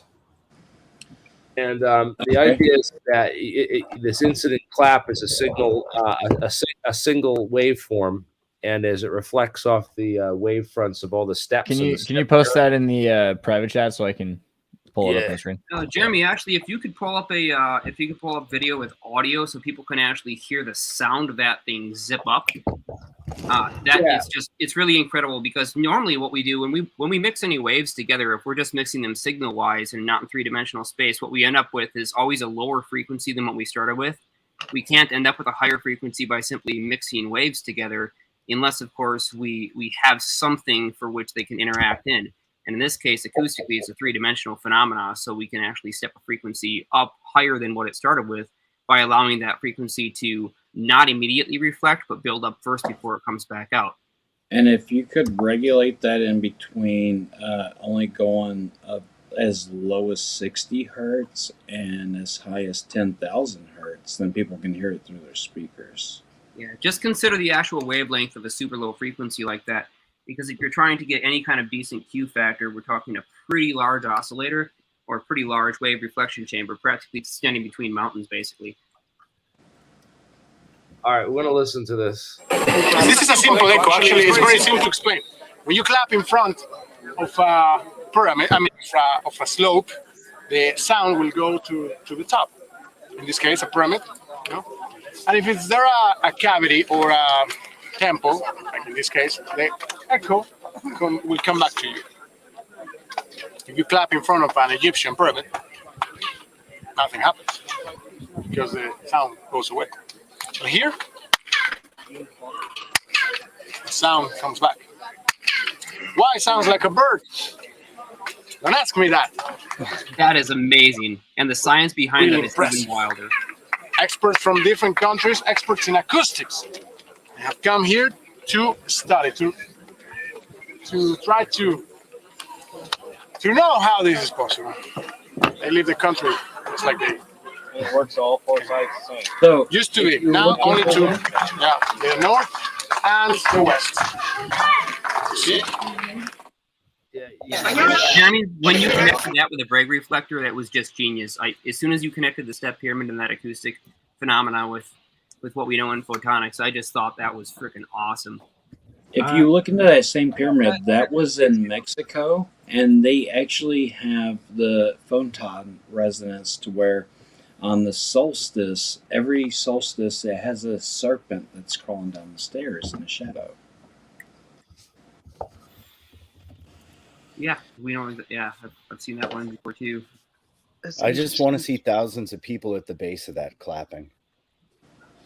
On solstice. A big loudspeaker. That's, oh man.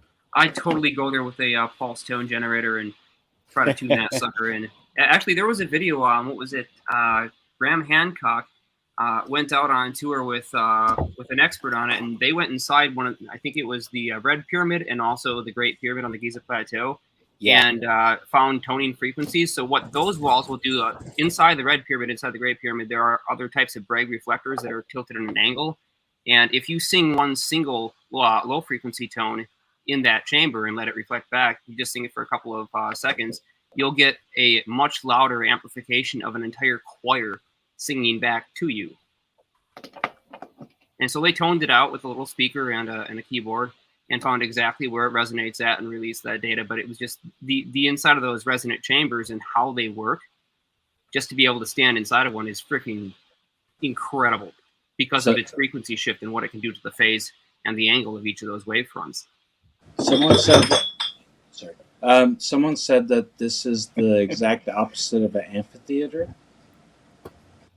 Yeah, an amphitheater basically has that shape where it directs from what is in the center outwards, and in this case, it directs from whatever is on the outside back to it. So it's quite the difference of the amphitheater. They talk about the amphitheater. Sorry, Brittany, go ahead. No, go ahead. They talk about the amphitheaters for stage plays and being able to speak and whisper. And we also have horn and waveguide structures like Ochakif and other places where a ruler could speak to an entire populace without raising his voice. Right, like the Hypogeum in Malta and the underground complex there. Yeah, and you can find these waveguide structures all over the world. I think it was early 2020 when we made our first catalog of them, me and Michael, the 13th Monkey. And there's thousands. It's not just a few. So I've had the chance to do some pretty interesting stuff inside of amphitheaters, as I did quite a bit of work in when I was back when I was a DJ and a sound design engineer. I used to go inside these buildings and set up the sound systems so we could phase and balance out all the acoustics and control where we wanted cancellation, where we wanted constructive opportunity with massive J subs and huge amounts of power to tone these buildings. And just for a couple of seconds, I would crank up the amp. Because I normally test like 1% of its max output just to figure out where all these nodes are. But I'd crank it up exactly at the right resonant frequency of the building, and the fucking ground would shake. Everything would shake. The whole building would shake. Dude, I was about to say, have you ever seen Pink Floyd in Pompeii? Like, it's the best, really. But yeah, note to self, do a noise show at the Theater of Epidaurus. I've always wanted to do that, though. That's not even a new bucket list. But look at this. All these speaker systems, Pink Floyd set up like this crazy show. And urging new sound and acoustics with the ancient engineering of the Theater of Epidaurus, man. It's just amazing what they were able to figure out and do with technology back then. Absolutely. So an amphitheater is set up mathematically ancient to be able to create the best sound and it's tuned to everybody. I'm really curious what a white noise would sound like inside an amphitheater. White noise is actually what we use. Then you better listen to Pink. You better listen to Pink Floyd. And you better listen to Pink Floyd and Pompeii because Jimmy Page just sits there on the floor. No, not Jimmy Page. I'm sorry, but guitarist from Pink Floyd. Someone remind me. Not Sid Barrett. I forget now. Somebody tell me. He's on the floor. Robert Plant. Dave Gilmour. Is it Gilmour or Plant? I give up. Plant is Zeppelin. It's totally David Gilmour. And Boy's on the floor Totally without out. any shoes. He's super grounded. He's super grounded.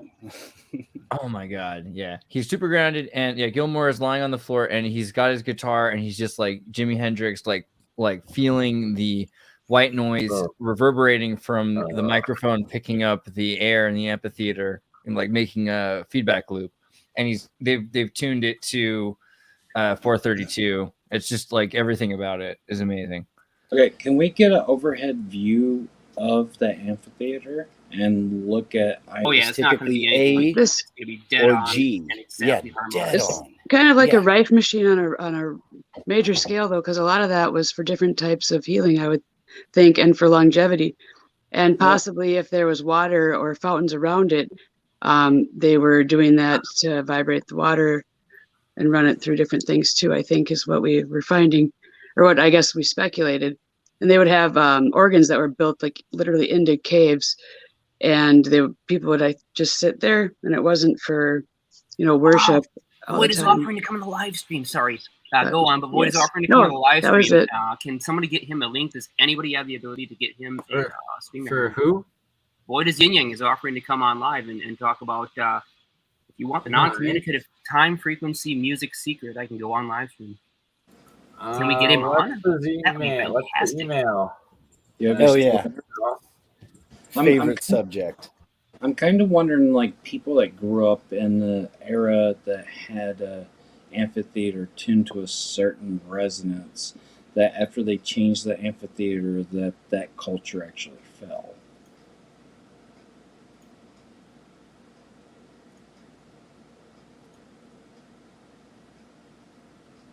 Also, Gerald, if we can blame the fall of civilization on what frequency we chose or the resonance of that, but it seems like there's a lot of other, factors at play.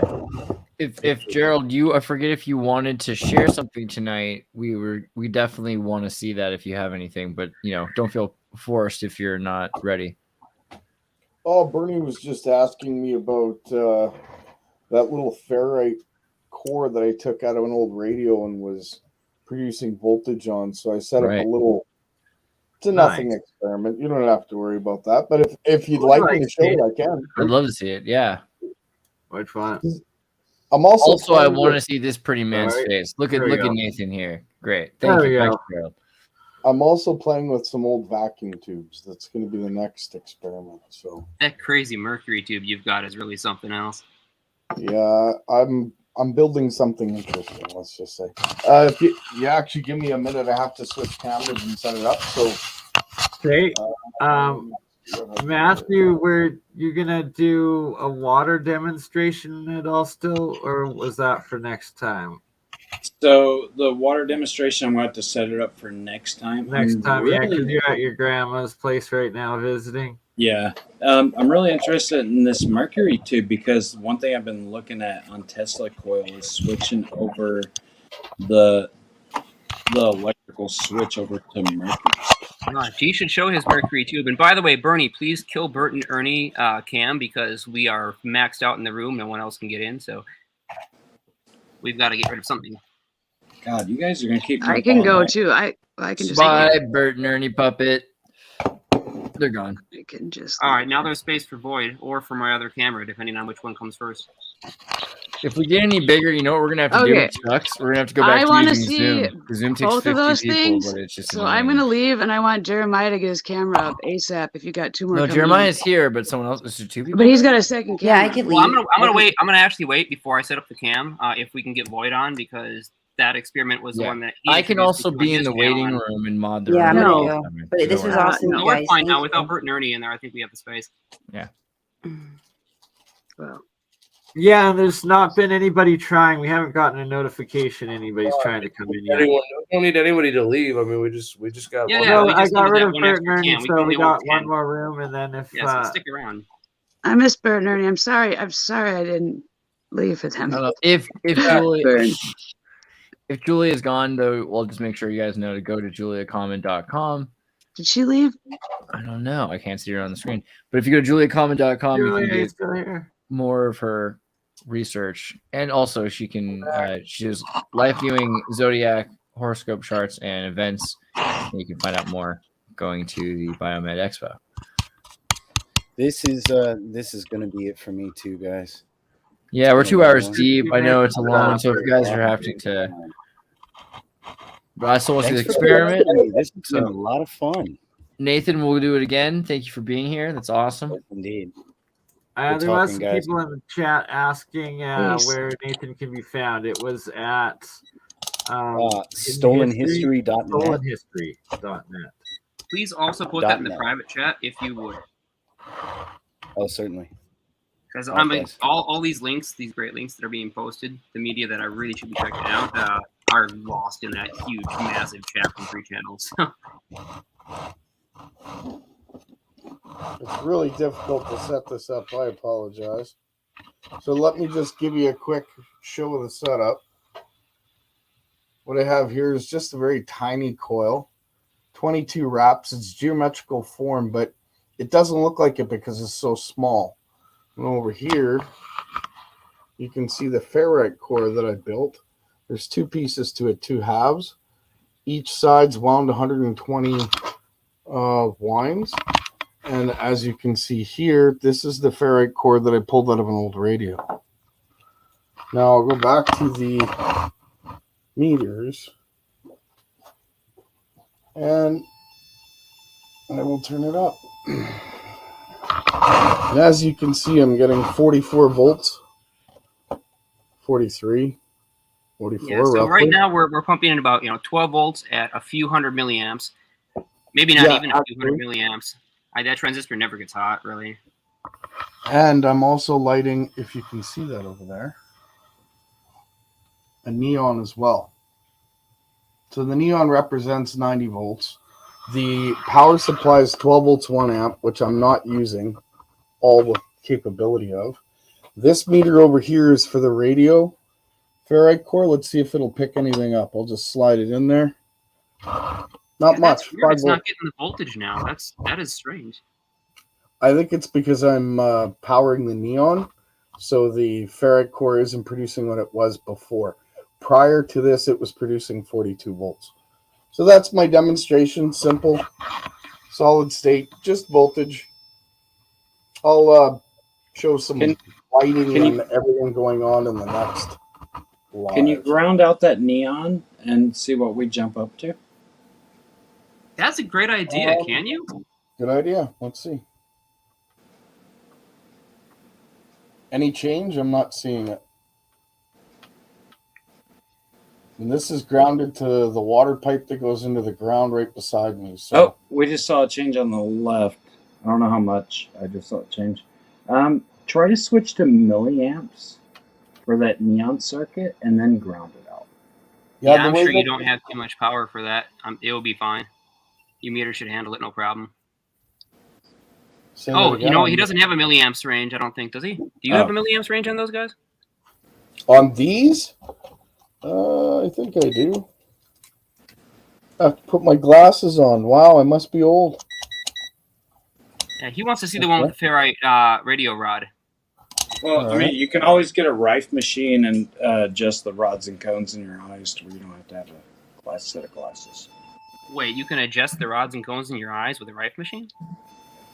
Allegedly. So the radio one says 4.55 milliamps. And now what we want to see is what the difference between it being grounded and not grounded is. Oh, fair Does enough. it make a difference? And you need to go pre-rectifier, not post-rectifier, if you have a rectifier on it. No, You have I to go don't have a directly to one of those. rectifier on it. You know Okay. what the neon is being lit by? It's being lit by my secondary. So let me give you the full setup.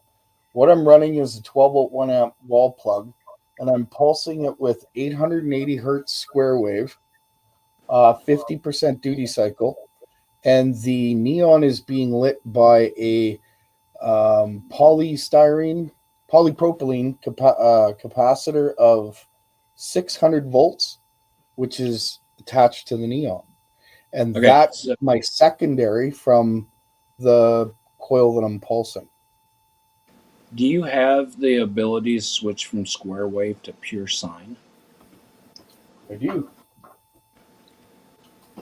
Yeah, that transistor in Class A amplification is not going to give those kinds of voltages, though.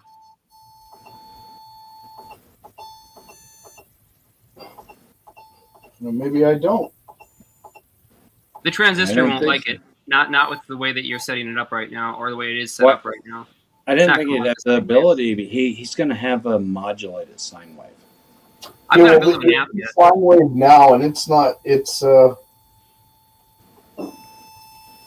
it doesn't produce what it does with square wave. Yeah, you got to keep in mind the sine wave is nice when you're talking healing frequencies, especially with your RifeTech. But when it comes down to how these coils are fundamentally operating, they build up a local flux in the space that surrounds them and in the space between the wires, and they release that flux incredibly fast, which is specifically why ultra high speed transistors are needed that have a really high voltage rating as well. So these are generally horizontal deflection transistors from the inside of TVs.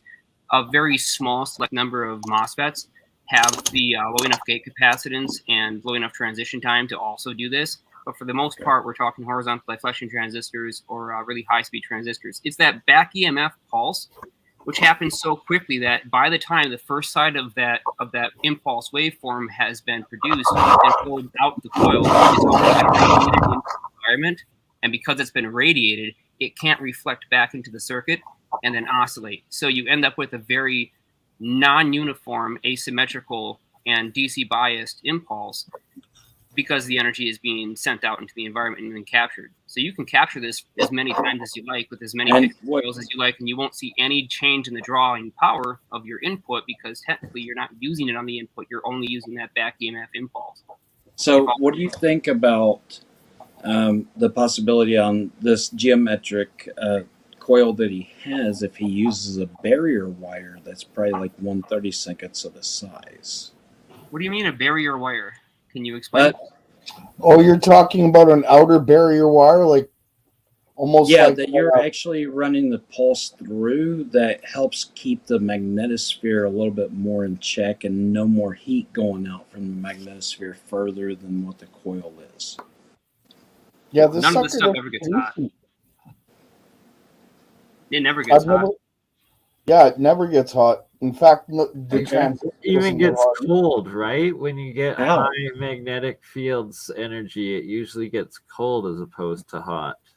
Yeah, when I'm running like say 3 or 4 neons and I have 3 or 4 pickup coils through the center of this, the coil itself actually gets cold.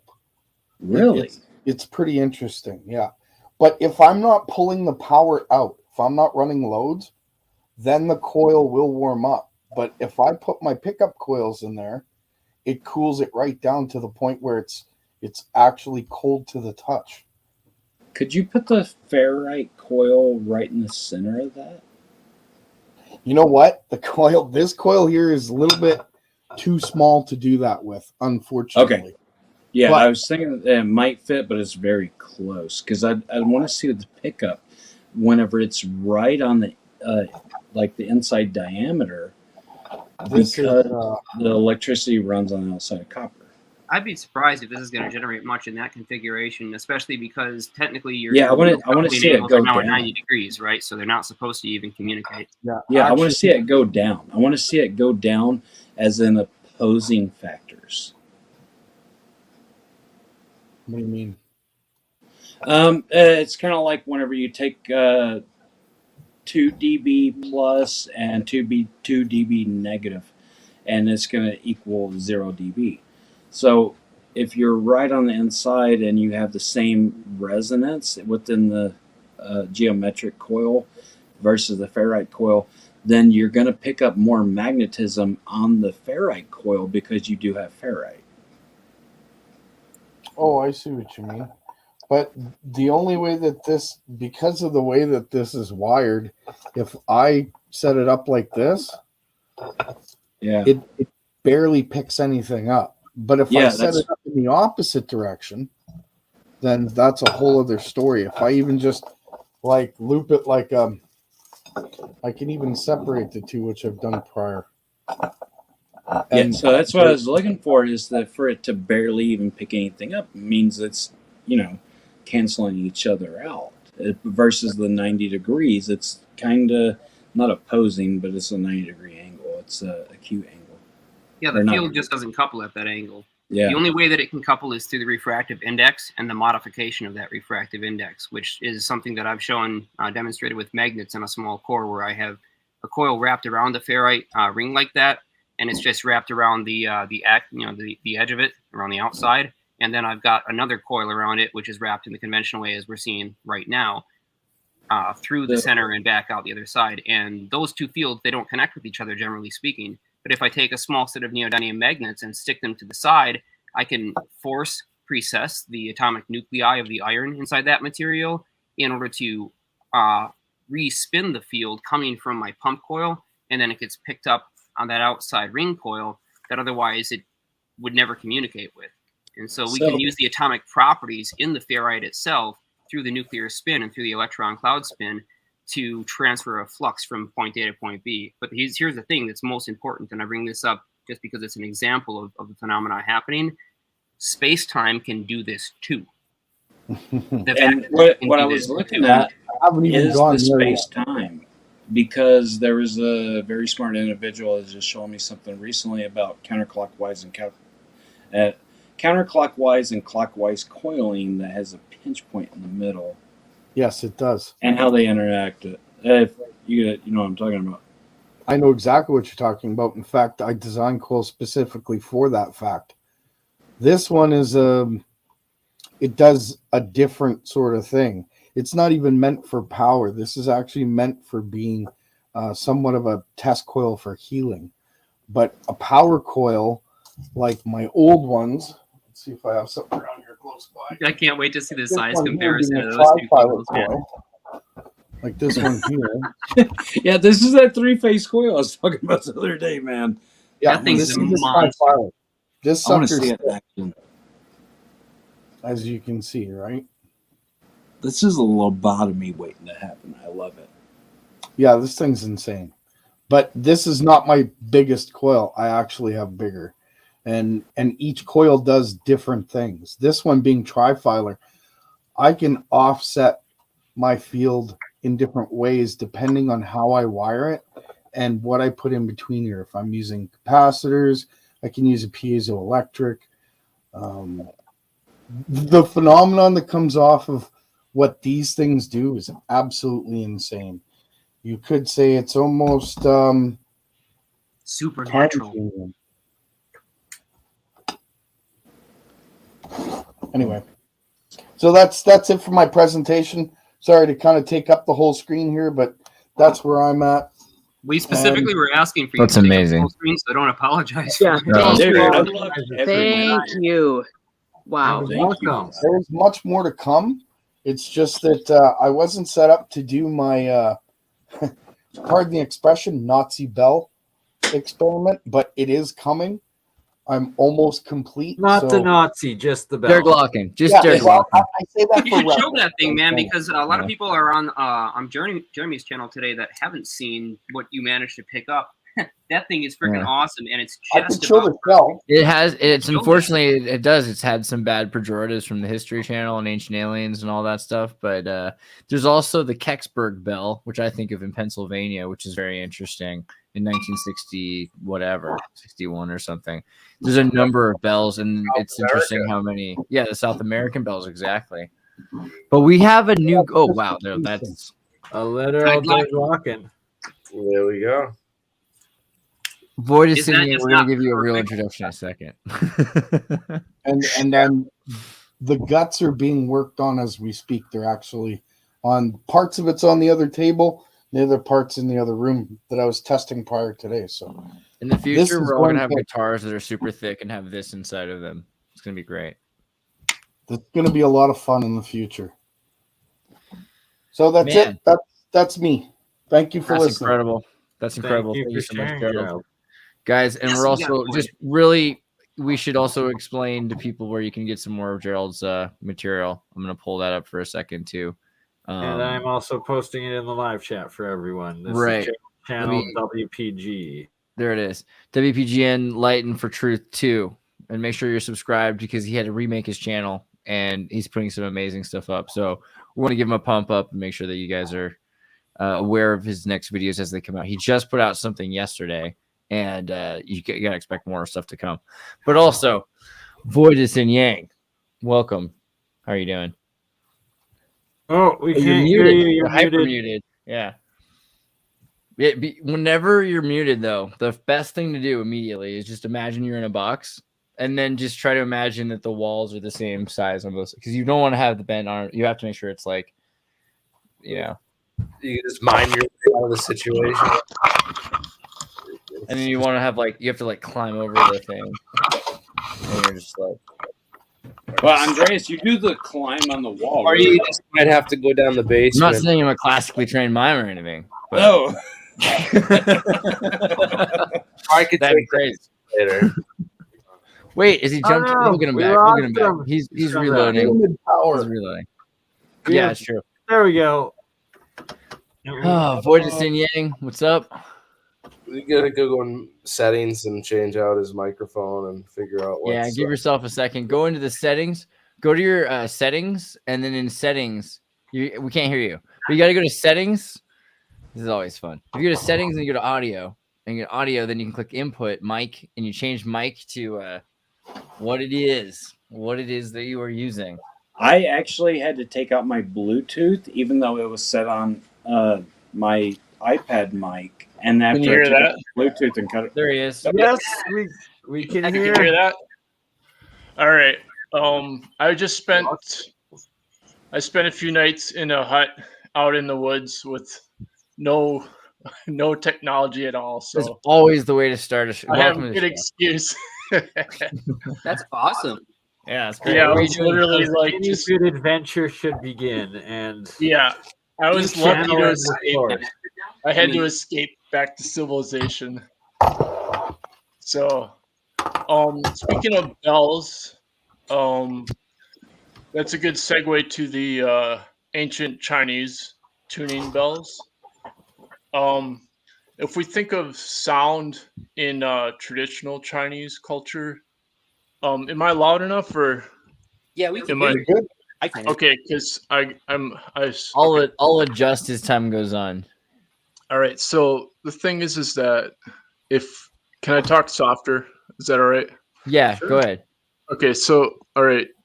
Basically, the idea of sound in China was closer to what they called qi, as energy. So the sound would transduce, and the whole idea. Oh no. We think of sound as an external measurement, right? And it turns out that Western science actually comes from music theory. Hey, there you go. Thank you. So we kind of have to relearn Western science because we don't realize it originated from music theory. And so that's why China is kind of a good way to look at a different way. For example, they didn't have their octaves lining up in the traditional music scale. And so instead what they had was what is actually the natural frequencies, which would be an infinite spiral of what they called yin and yang. And it turns out the perfect fifth is yang, and then the perfect fourth is yin. But what's not recognized in the Western scale is that the perfect fifth as a undertone, which would be I don't want to get too abstract here, but the perfect fifth as an undertone is what becomes the perfect fourth as an overtone. And so that right there, when you learn music theory, people do not learn that basic truth. And that's essentially it. So there's a guy. There's only one scientist who explains this secret, and he has a Fields Medal in math, which is harder to get than the Nobel Prize. It's called.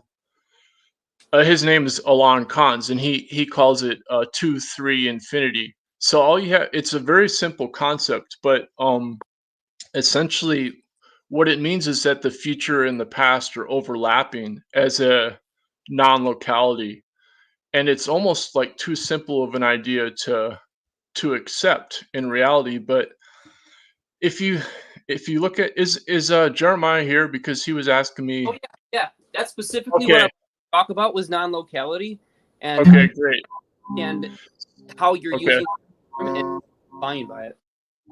Well, I've been discussing. Normally, I correspond with professors, and I like to, I send them, I read their stuff, and they usually answer because that's what they're paid to do, So, okay, basically,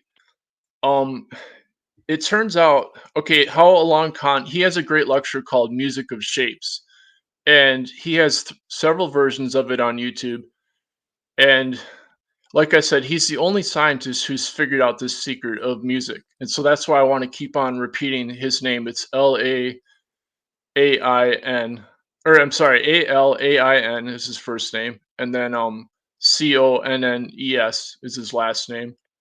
And so if you type in his name and then Music of Shapes, you'll get his lecture. And the best example, Sorry, spell his name again. It's Alain for Alon, and then Connes is his last name. And then type Music of Shapes is the name of the lecture.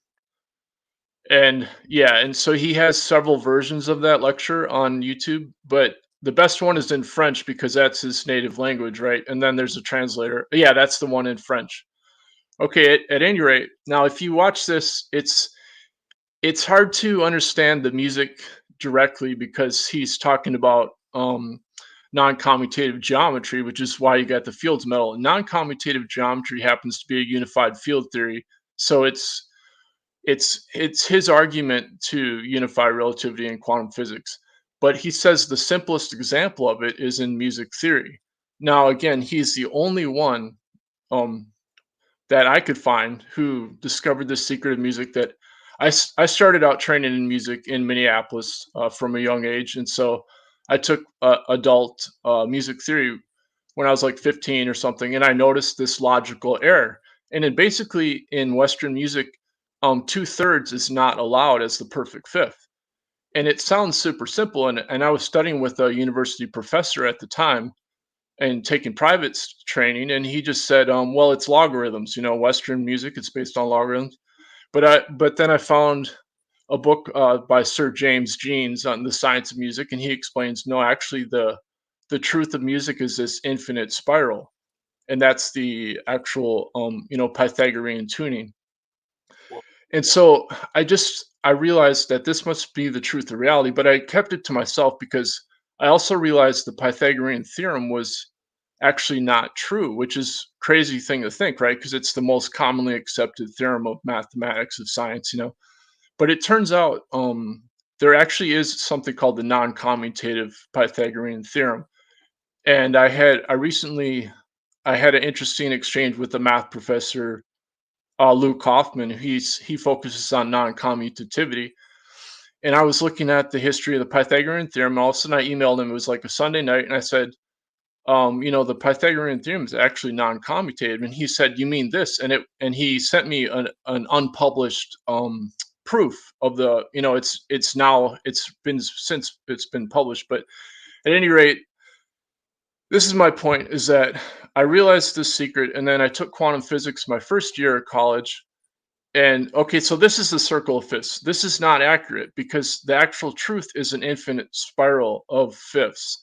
And so the octaves don't line up. And that's the traditional Chinese tuning, is that it's the octaves don't line up. And instead you have an infinite, what Alon Khan again calls 2-3 infinity, because because or bounce back to the exact same spot where they started. And so they continuously build up a phase indifference as these tones play back on each other that is perpetually increasing to infinity. Well, it's the other. Oh, well, I know on the guitar it's tuned to the half. So like that, if you cut the string perfectly in half, and you can rest. This is okay right here. Okay, right here we're looking at a torus. This is an example. This is a good example of what they're trying to in non-commutativity. They use this model of the donut as it's what's called a non-commutative torus, because it's not just a donut, it's the fact that it has to twist around itself. And so you have an overlapping, and where they overlap, you inherently cannot see it. Have you ever heard of the Klein bottle? Yeah, and this actually has the same math as the Rodin coil. Okay, look up the Klein bottle. Just look up Klein bottles, Klein, and then bottle. That's like a topological thing though, with no volume. Yeah, it is. But it's also right, Jeremy. Thank you. It's two Mobius strips put together, and so the whole point is you inherently cannot see the interior unless it's invisible, right? But you can't see where they overlap because this is a 4-dimensional structure in 3-dimensional space. This is what I'm trying to get at, is that you inherently cannot see the source of sound. And see, our whole Western science is based on external measurements. And so we have to get around that concept in order to, and what I realize is that if this simple concept was true, then you could inherently resonate energy, infinitely based on listening. And so then I discovered that I discovered that there's this training called Qigong. I don't know if have people heard of Qigong, but it means a little bit. Okay. So basically I saw a sign. Okay, well, first of all, let's just Jack Sarfati. Okay, I want to keep this relevant, right? He mentions this author Michael Grosso. He did a post recently there, Michael Grosso. He's written a couple books on Saint Joseph of Cupertino. Now, one of his books is called The Man Who Could Fly, and this book is the actual translation of the Italian biography of Saint Joseph. So Saint Joseph de Cupertino was the best documented person who could levitate. I mean, there was like reams and reams of documentation by people who wanted their worst to disprove that. There's like a movie about it, right? No, there's not a movie. Not that I know of. I mean, I don't know. This sounds like something I should be deeply studying because this is exactly what we've been looking into. But it's called The Reluctant Saint, 1962. It's is really this good. the monk who meditated for like 40 years and was able? I don't know. There wouldn't be a photo of him. That's not the same guy. Okay, no, it's not a photo of him. It's a movie about him. A movie about. Okay, well, what? Yeah, comedy. What happened? What they did was the church kept locking them up, but see, when you're in a dark room, his mother sent him away and didn't want him to be there. Right at first, a monk, and okay, yeah, he was considered a failure by normal standards. But when they locked him in a room, that was the perfect standards for him to train because it's based on not seeing, it's based on listening. And so I ended up finishing my master's degree training with this Chinese spiritual healer, and he works with the Mayo Clinic doctors in Minnesota, and he trained at Shaolin first of all, but then he finished his training at Mount Qingcheng, which is a Taoist sacred mountain, and he did 28 days of full lotus yoga, meditation with no sleep for 28 days. And when he finished that, he also levitated up 9 feet. He spiraled up. I just have to quickly interject. Notice how this monk who is levitating in this picture has the halo around his head. Yeah, the halo I've seen. The halo is completely real. It's completely real.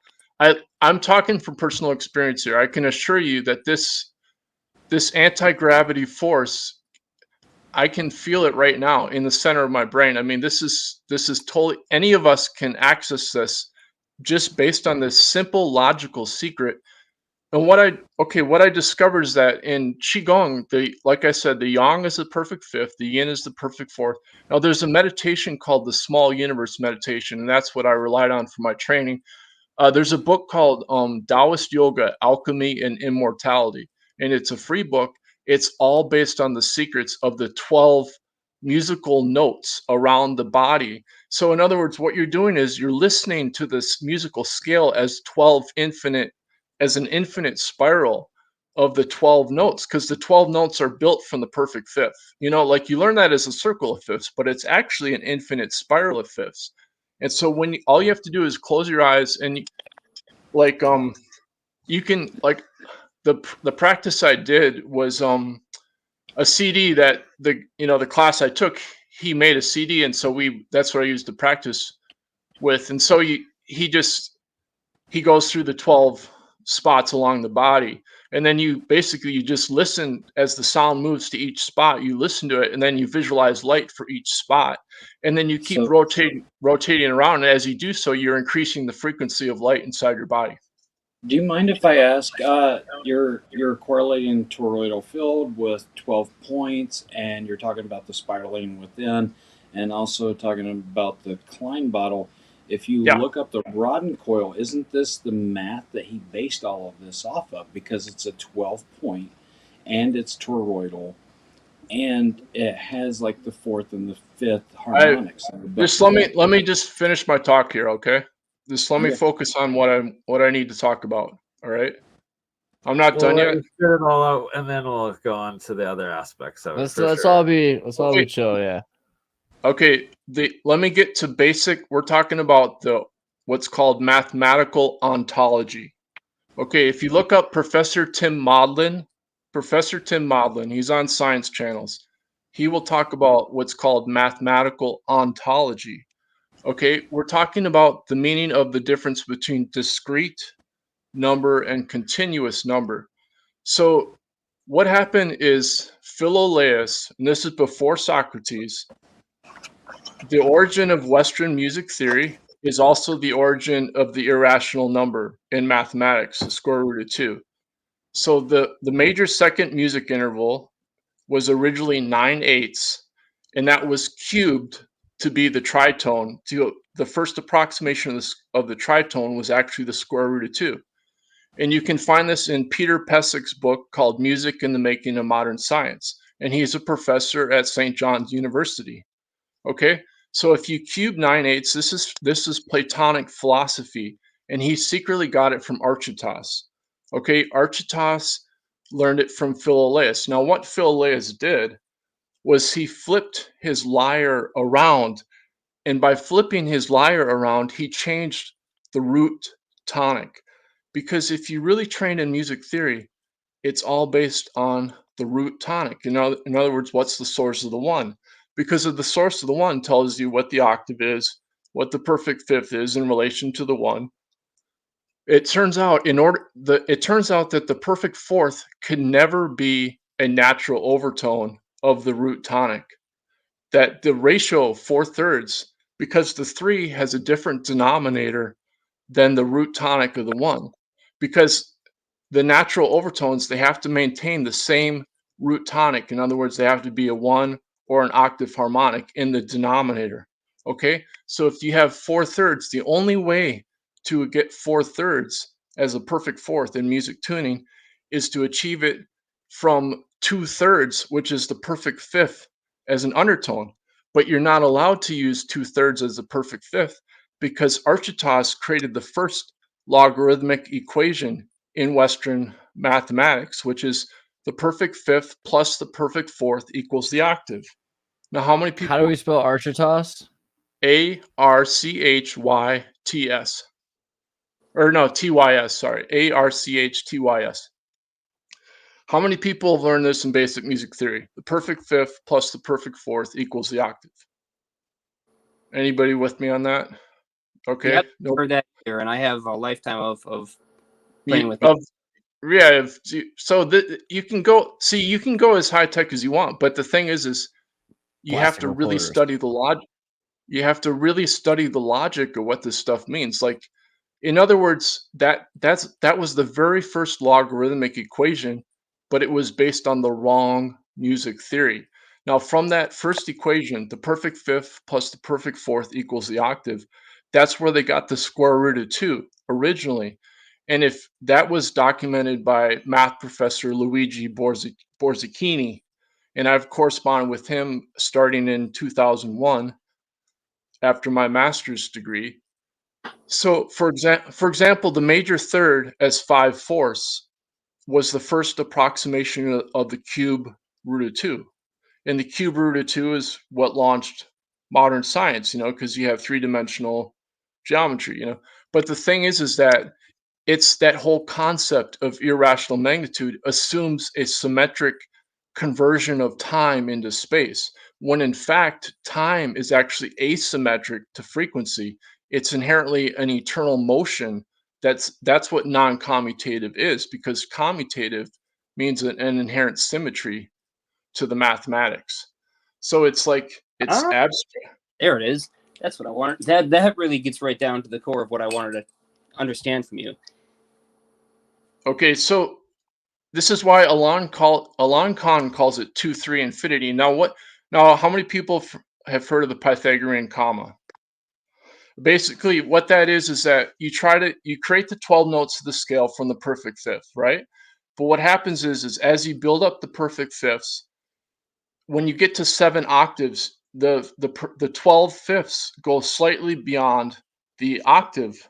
So when you divide the octaves, the perfect fifths back into the same octave scale, they don't line up with the octave for the basic reason that 3 doesn't go into 2. They'll never line up. So what everybody assumes in the West, it's like, okay, no big deal. You just slightly change the tuning, and then you get equal temper tuning, and you can have harmony, and that's much better. But guess what? You just lied. You've just lied about the truth of reality. Now if you want to lie, fine, go ahead and lie. But you have just destroyed the foundation of reality. Now look at every culture on the planet. Every human culture has music. They all use the octave, the perfect fifth, and the perfect fourth. And the truth of it is, if you study our original human culture in Africa that we all came from, it's still around. They have a snake statue from 70,000 years ago. It's you can look it up. It's a snake statue. It's called N/OM because they have that clicking language. It's in South Africa, and this is their energy, the nom energy. It's the same thing as chi. Every male in that culture is required to do this musical spiritual energy training. And that used to be the core focus of our whole original culture. And because of that training, all the males, the women danced, or the women sang. They sang all night long, and the males danced all night long. And by the women singing, they would send their energy into the males, because the voice actually communicates what would be called yin chi. It's a type of energy, and then the dancing is what ionizes that energy. And so essentially you're transducing again the sound into a higher frequency. And so in terms of what I did for the past 20 years is I converted that all into modern science. So essentially, like if you look at Stuart Hameroff and Roger Penrose, what they've discovered is that ultrasound is the quantum coherence of the microtubules in the neurons, and those are metamaterials. And the tubulin inside the microtubules resonates at the terahertz, which is the blue lights. We already have that blue light, and that's what is the quantum non-locality that Roger Penrose calls proto-consciousness. It's already in our neurons. So all we have to do is meditate, and we'll see this blue light already. And then when we see that blue light, we're absorbing virtual photons from the future. Now, according to relativistic science, virtual photons are just a mathematical abstraction. What a bunch of BS. What about what? I said, what a bunch of BS coming from that. This whole idea of virtual fields and virtual particles is entirely impractical and bunk.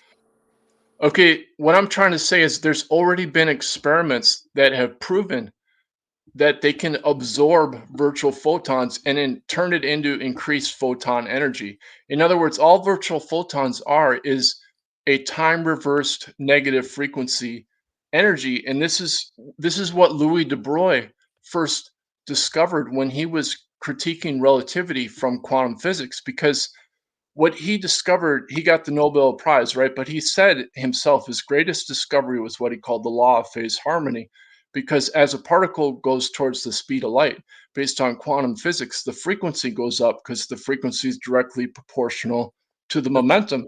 But due to relativity, the time also goes up, so the wavelength gets bigger. But all the way back to Pythagoras, based on music theory, frequency is inverse to time. Therefore, logically, for both relativity and quantum physics to be true, there has to be a time reversed negative frequency from the future that is guiding matter all the time. And he called this the law of phase harmony. And it's not taught in physics class, even though he said that's his greatest discovery. And the reason it's not taught is because it's also non-commutative, which means the only way it can exist is if there's not a symmetric rest frame in which you can measure something assuming a symmetric time invariance as a spatial measurement. Okay. So, and go ahead, sorry. So in other words, this is very easy to do. Like anybody can practice this as meditation, and you can immediately increase your energy. You'll feel like if you study Wim Hof, like the Wim Hof breathing, right? That's essentially a type of way of increasing the frequency in your body. That's a foundation. That's one foundation for it. But what you're doing through meditation, you're synchronizing your visualization with your breathing. But what you're really doing is you're listening to the source of your thoughts.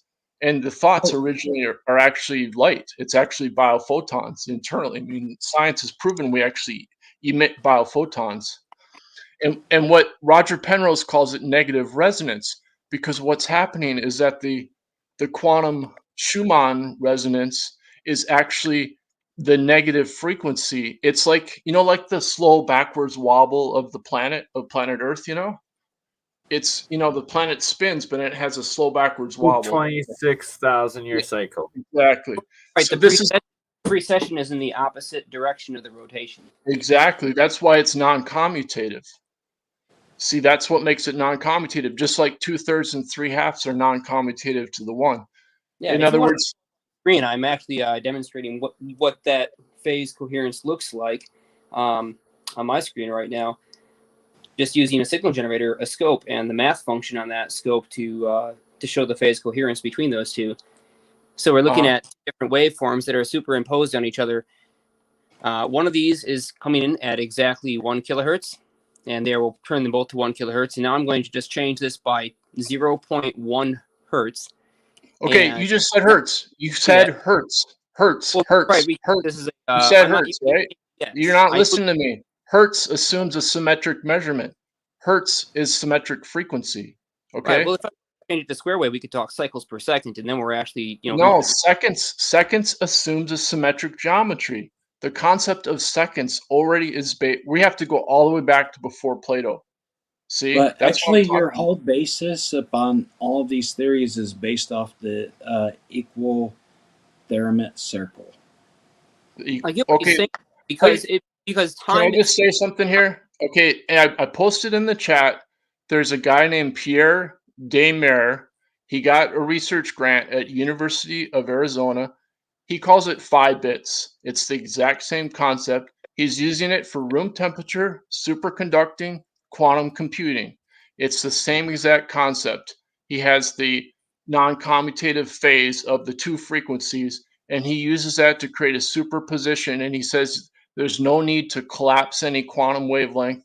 He can have a classical approximation using acoustic phonons, and he does use ultrasound.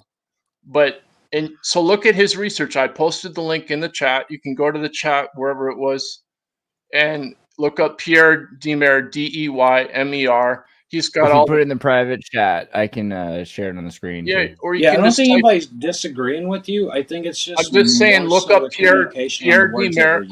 Look up Pierre Desmarais, and he's got all the graphs and all the high tech stuff you want. He's got all that stuff with the phase and the frequencies, and you can look at it, and he's got the same concept.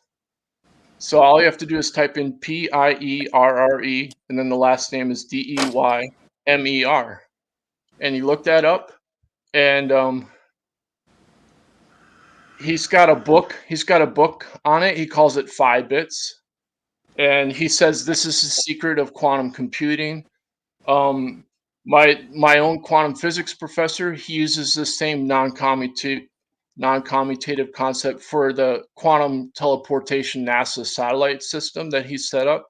He's having it tested by NASA right now. Like China already has a quantum teleportation system, but he's saying that the non-commutative one cannot be hacked. It cannot be hacked because it's non-commutative, and he uses that same model. It's the torus. It's not just a torus though, because you have to overlap the what they call the SU2. It's a double. It's what's called a it's called a two sphere. It's like you have a block sphere, but it's actually a two sphere because in quantum physics you have a Heisenberg uncertainty principle. Non-commutativity is before the uncertainty principle. The Heisenberg uncertainty principle originates from time frequency uncertainty. Now, what's been proven is that in listening to music, we can listen up to 10 times faster than time frequency uncertainty. Okay, we can listen. Our process of quantum biology is more complex than physics. You can talk to Nobel physicist Brian Josephson about this. You know, he created the Josephson effect that you can't have MRI machines without a Josephson superconductor, you know, Josephson junction superconductor. His whole emphasis right now is that biology is more complex.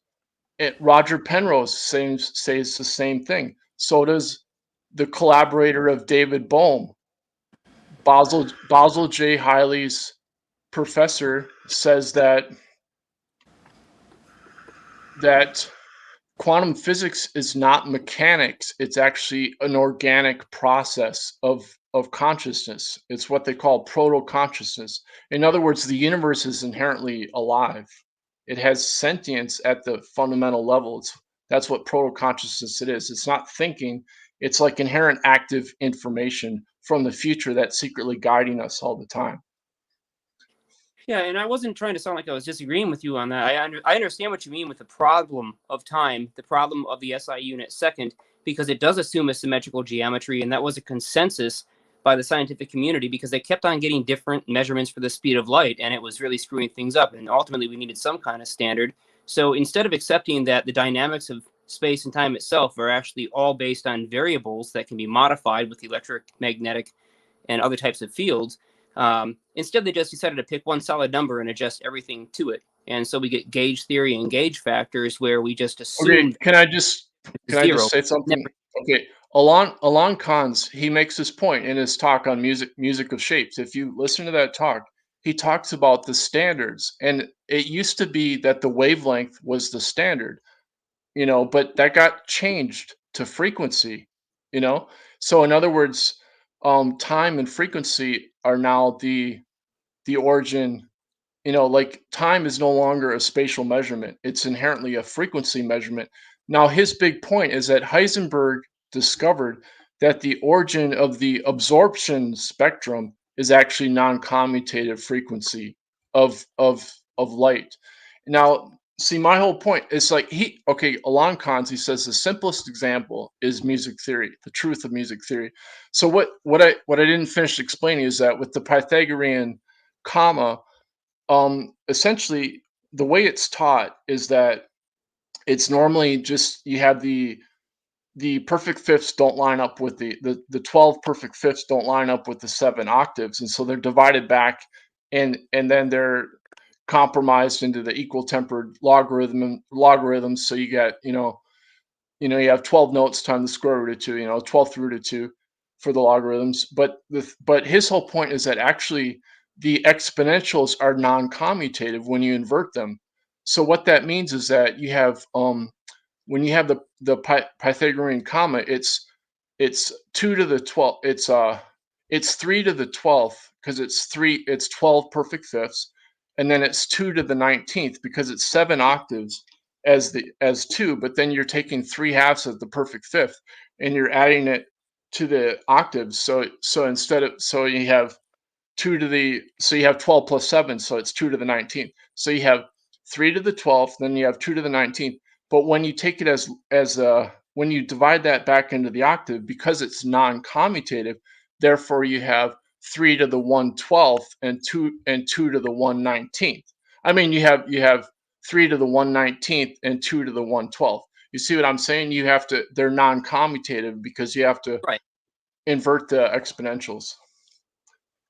Right, exactly. Like, you know, we're just looking at a slight difference between the interaction frequency of these waves. They don't line up with each other, so they're going to continuously create a motion or a drift between them that's never going to be balanced out. It'll never be balanced. Now, what Kans's point is that the non-commutative numbers, those discrete ratios, are actually more dense than the real number continuum. So when everybody learns, the real number continuum, which is the basis for the calculus, when you get to like Basil J. Hiley he's using non-commutativity to explain this newly discovered quantum potential force, that David Bohm discovered, which is the same thing what Louis de Broglie discovered. You have this pilot wave from the future that's guiding the matter. Okay, but what Basil J. Hiley's emphasizing is that also it's non-commutative, and so it's, let's see, what was I just saying? Essentially, it's a newly discovered force, and it was even covered up by Richard Feynman. Basil J. Hiley has a recent talk that he gave to the Pari Center. If you look up PARI and then Center, it's on YouTube, and then look up Basil J. Hiley, and he and I've been emailing. He says, well, that talk is for non-professionals, and what he does is he explains in detail why Richard Feynman is wrong. Okay, just scroll down and you'll get to his talk. Or no, you have to look it up on YouTube. If you go to the Pari Center YouTube channel, it'll be on the YouTube channel. Okay, so essentially, this is a newly discovered force. Okay, it's still not recognized by most of physics because they're still using. Oh, my point was, like, when you get to non-commutativity, the calculus has to be from the future and the past at the same time. It's what they call non-commutative calculus. So you're not using the real number continuum anymore. But that's a whole nother thing, like the mathematics. Like, if you want to get into that, but yeah. Is this his talk? I can't. It's the screens. Yeah, that's the talk. So you have to watch that whole talk. Okay, so so now Jacques Sarfati, he literally was trying to claim that Saint Joseph de Cupertino was a ET alien from the future. No, you could say technically he is from the future because you have to time travel in order to have any of these abilities. It's inherently precognitive. In other words, the original source of all these other spiritual, like levitation or anti-gravity, originates from precognition. Yeah. Speaking of gravity and strange phenomena, let me pull this up on screen one more time for you. So let me activate my camera. And when you found this, and I don't know how you ended up finding it in this paper, but you found this fantastic demo experiment, and boy, what a fascinating one it was. So I showed this on BurnEye's channel now, AlienScientist. Audience gets to see it too. So it is extremely simple. I've got a line drawn on each of these magnets, and what's going to happen is right now they're attracted pole to pole, so north to south or south to north. And if I give any kind of rotation to these test tubes, we're going to see that they roll up, but they always move up. Now, here's the thing. Hey, that's awesome, man. I don't actually nice have going, Jeremiah. All I got to do is wiggle this back and forth. They don't even have to roll around in order to always move up. So I'm going to get them pretty close to the tube top so that we can actually see this a little bit better. Hey, that's really cool. I can't believe you replicated that. Oh, as soon as I seen that video, I'm like, I have to do this. I have to do this. So I ordered the magnets that night. And so if I place this sideways and I rotate the tubes, we're noticing that the magnets aren't rolling, the lines aren't moving, and they're staying in place. If I even give this the slightest tilt, then they go right so back to actually try to rotate these, and I can't rotate them in opposite directions because the tubes are pulling together so tightly. I can hear the glass wanting to crack. I already busted off the bottom of one of these. Yeah. But would it work? Would it work with plastic? Do they make plastic test tubes? It works perfectly fine with plastic. It works with anything. In fact, you could even use it on a flat surface with cylinder magnets. But the effectiveness and how fast the stuff, how it's always up, doesn't matter which way you flip it. Doesn't matter exactly what angle that it's at, as long as the angle is not perfectly flat. I mean, even this little angle, we can see that it's actually turning it, and this is barely tilted, so it doesn't take much. So what's happening, and I have to really study the physical geometry of the magnetic fields here and what gravity is doing to cause this phenomena. And so we're looking at two spheres, and if those points between my fingers are exactly where the poles are touching, what's happening is gravity wants to pull this down, wants to pull this down. But of course, the poles are in contact with the test tube, and the test tube has enough friction where they can't slide down. But gravity is still pulling on them, and the back of those spherical magnets are not in contact, so they're actually getting tilted at an angle like this. And so when one of those tubes move and these try to roll against each other, they're rolling on the tube at a slight angle. And if I were to take, and this is what I did to kind of demonstrate this the other day, if I take this at 90 degrees where one of these bearings can no longer rotate, I can still make this one roll, and we can see it's rotating because there is just a tiny little angle, tiniest bit of an angle. But if there's actually an angle at which if I hold these two things perfectly flat to Earth, it will not rotate, and it's very, very sensitive to which side is being pulled down in the gravitational field. So it has everything to do with the fact that one part of the magnet is being pulled down more than the other. Their interface at the surface from friction is being tilted, and that causes them to have just ever so slightly a continuous precession in one direction when they are given angular momentum. And that momentum is shifted 90 degrees, just like, when you push down on a gyroscope, the side that you push down on does not go down. It's actually a 90-degree shift around, and that's the side that goes down. Same thing here. Yeah, what you're reminding me of is Basil J. Hiley. He in that talk I told you about, in his recent papers, he's been talking about the Coriolis effect, and he's saying that the Coriolis effect actually originates from this quantum potential, and that's like a macroscopic example of awesome. Of the quantum potential.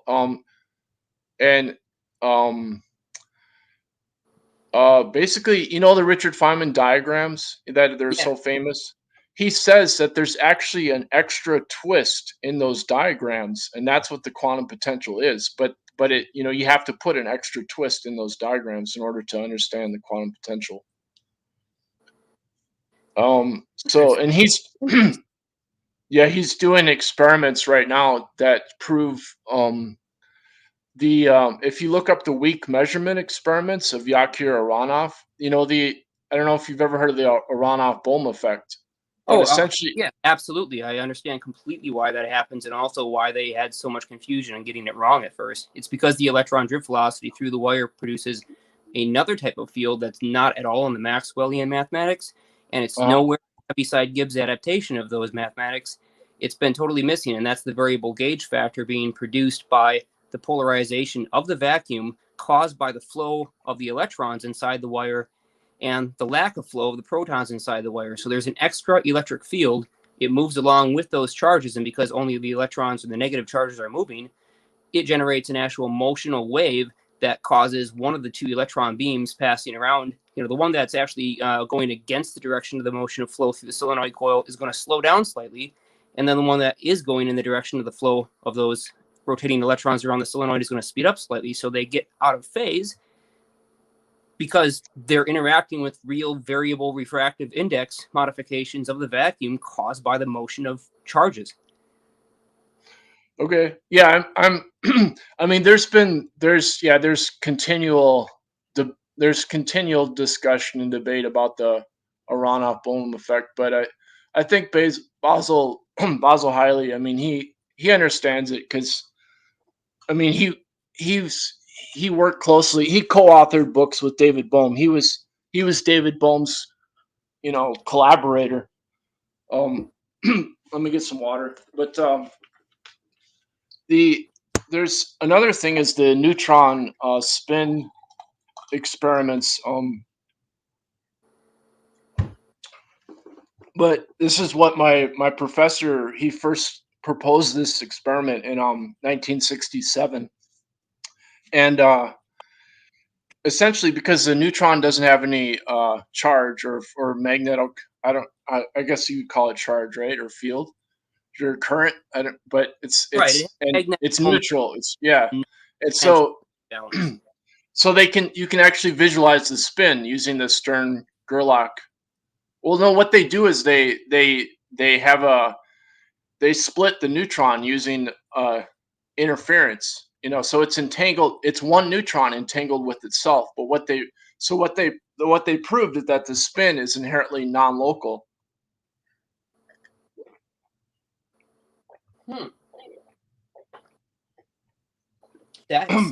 I've got to look more into that. The spin doesn't exist in space-time. Of course, the next obvious question would be, where does it exist in, or what medium is it being transferred or carried? See, this is Lee. Okay, Lee Small, and he took his first quantum physics class from the same professor I had, Herbert J. Bernstein at Hampshire College, and actually Jack Sarfati was at San Diego with Herbert Bernstein. Jack and I had a bunch of emails together recently when I told him about how I had been a student of Herb Bernstein. Anyway, so what was I talking about? The neutron spin. What was I talking about?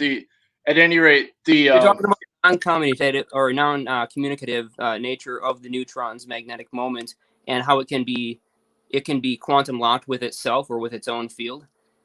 Yeah, the non-commutative spin. Oh yeah, it's what Roger Penrose calls fundamental time, and he got that phrase from Lee Smolin. Okay, Lee Smolin was a student of the same teacher I had. The thing about Herb Bernstein is he says that everybody should take quantum mechanics as their very first physics class, because quantum mechanics is the foundation of science now.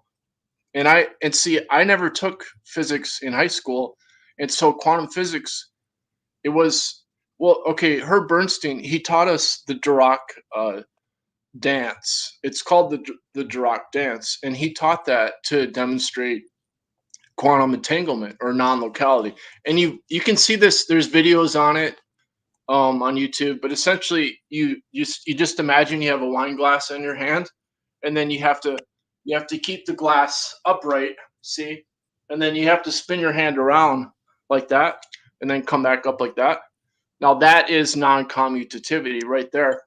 Now what that's demonstrating is the 1/2 spin of the electron has to be a 720 degrees spin in order to be observable.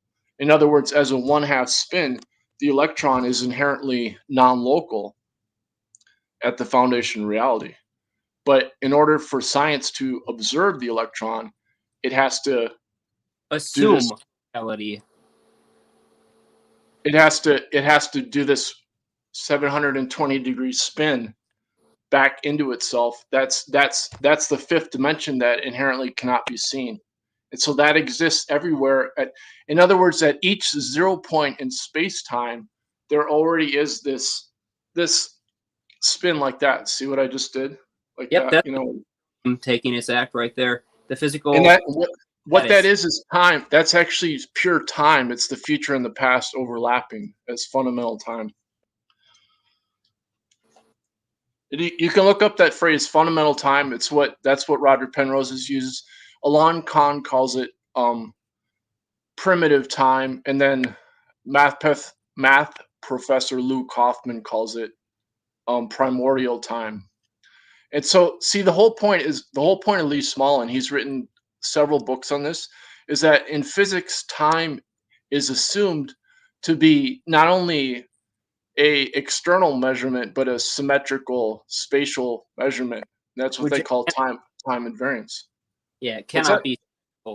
There's just no way that physics does not work if time is truly symmetrical. It only works in the very low application sense of, yeah, you can hook a battery to a coil, but you talk particle accelerator physics and all of a sudden all these strange phenomena start coming into play.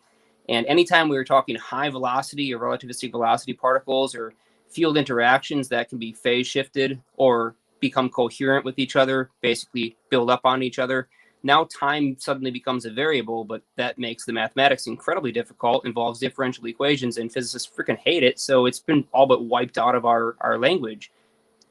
And what Basil J. Hiley's big point is that when Richard Feynman introduced renormalization, what he was doing was covering up this non-commutative, non-local quantum potential force. Absolutely. And that's the anti-gravity force.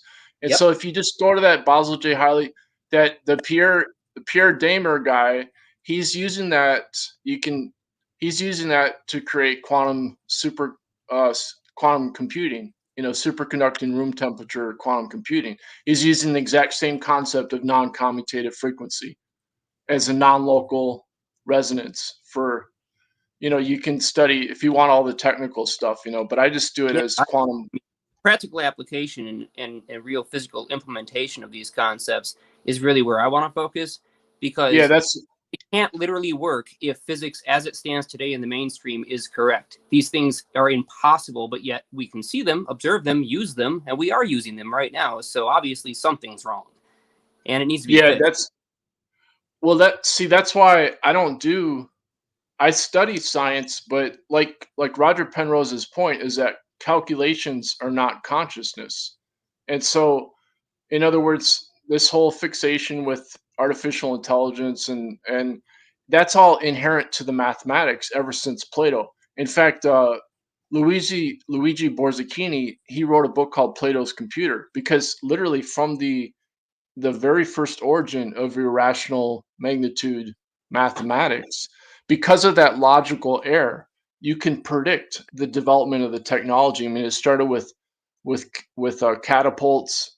I mean, it really started with chariot wheels, and then catapults, and then cannons, but essentially you can practically predict, artificial intelligence just from the wrong mathematics. It just keeps escalating through the logarithmic dimensions. And there's another term for this called the music logarithmic spiral. And this is what I just finished a book on this about a mind control scientist, Andrija Puharich. And there's going to be a Netflix documentary about Andrija Puharich this spring. And they might be citing my research because I looked up in the archives. He corresponded with this professor who was working with the UN think tank that was set up with all these high-level physicists. And they were basically, they're trying to create this applied physics model. Einstein was a big supporter of it. The Institute of Advanced Study at Princeton, and they're trying to create a unified field theory, but it's all based on this, what they call the music logarithmic spiral. In other words, if you keep extending the logarithmic musical ratios into higher dimensions of logarithms, and that's what physics is. It's all based on symmetry. You see? If I were to quote Tesla, and in his time, today's scientists have substituted mathematics for experiment, and they wander off aimlessly into equation after equation, eventually building a structure which has no relation to reality. He's absolutely right. They've gotten so lost in the dogmatism of their own symmetrical equations that they have completely forgotten about the real physics and the fact that a physical universe exists that doesn't obey what's on their papers. And so I know it gets more complicated when we start to consider that everything in the universe, including the speed of light, is a variable, but we have to if we want to ever move forward, because we've had the same tech for like 100 years. We're not moving forward. The stuff is out there. It's being used and tested, but in extremely isolated events by universities and by accelerator labs. and it's never actually made its way into any kind of practical application. But using this tech, we can ground pump electrons, extract extra energy, convert Brownian motion directly against what Lord Kelvin said, which is it's impossible to ever utilize or rectify Brownian motion. We know that that's definitely not true. We could even access things like, large-scale Casimir effect type forces using nano rectennas. And there's just so much power, so much potential, and so much ability to manipulate the dynamics of our three-dimensional space-time by using this other field force that's totally not recognized, which is what I've been calling the T field, or the temporal field. And it's something that grows out of the interaction between two waves that aren't perfectly matched up with each other, but can still build upon each other. Yeah, I think if you look at Pierre Damer, I mean, you'll be able to relate to his research because it's all has the same kind of oscilloscope, graphs and all that. And that's what he's doing. He's saying this is very simple. It's acoustic phonons that are superconducting at room temperature, and you can use this for quantum computing. That's it's all you have to. You just have to pattern. understand this concept of non-commutative phase. As soon as you understand that, then you can maintain a non-local resonance between the two frequencies.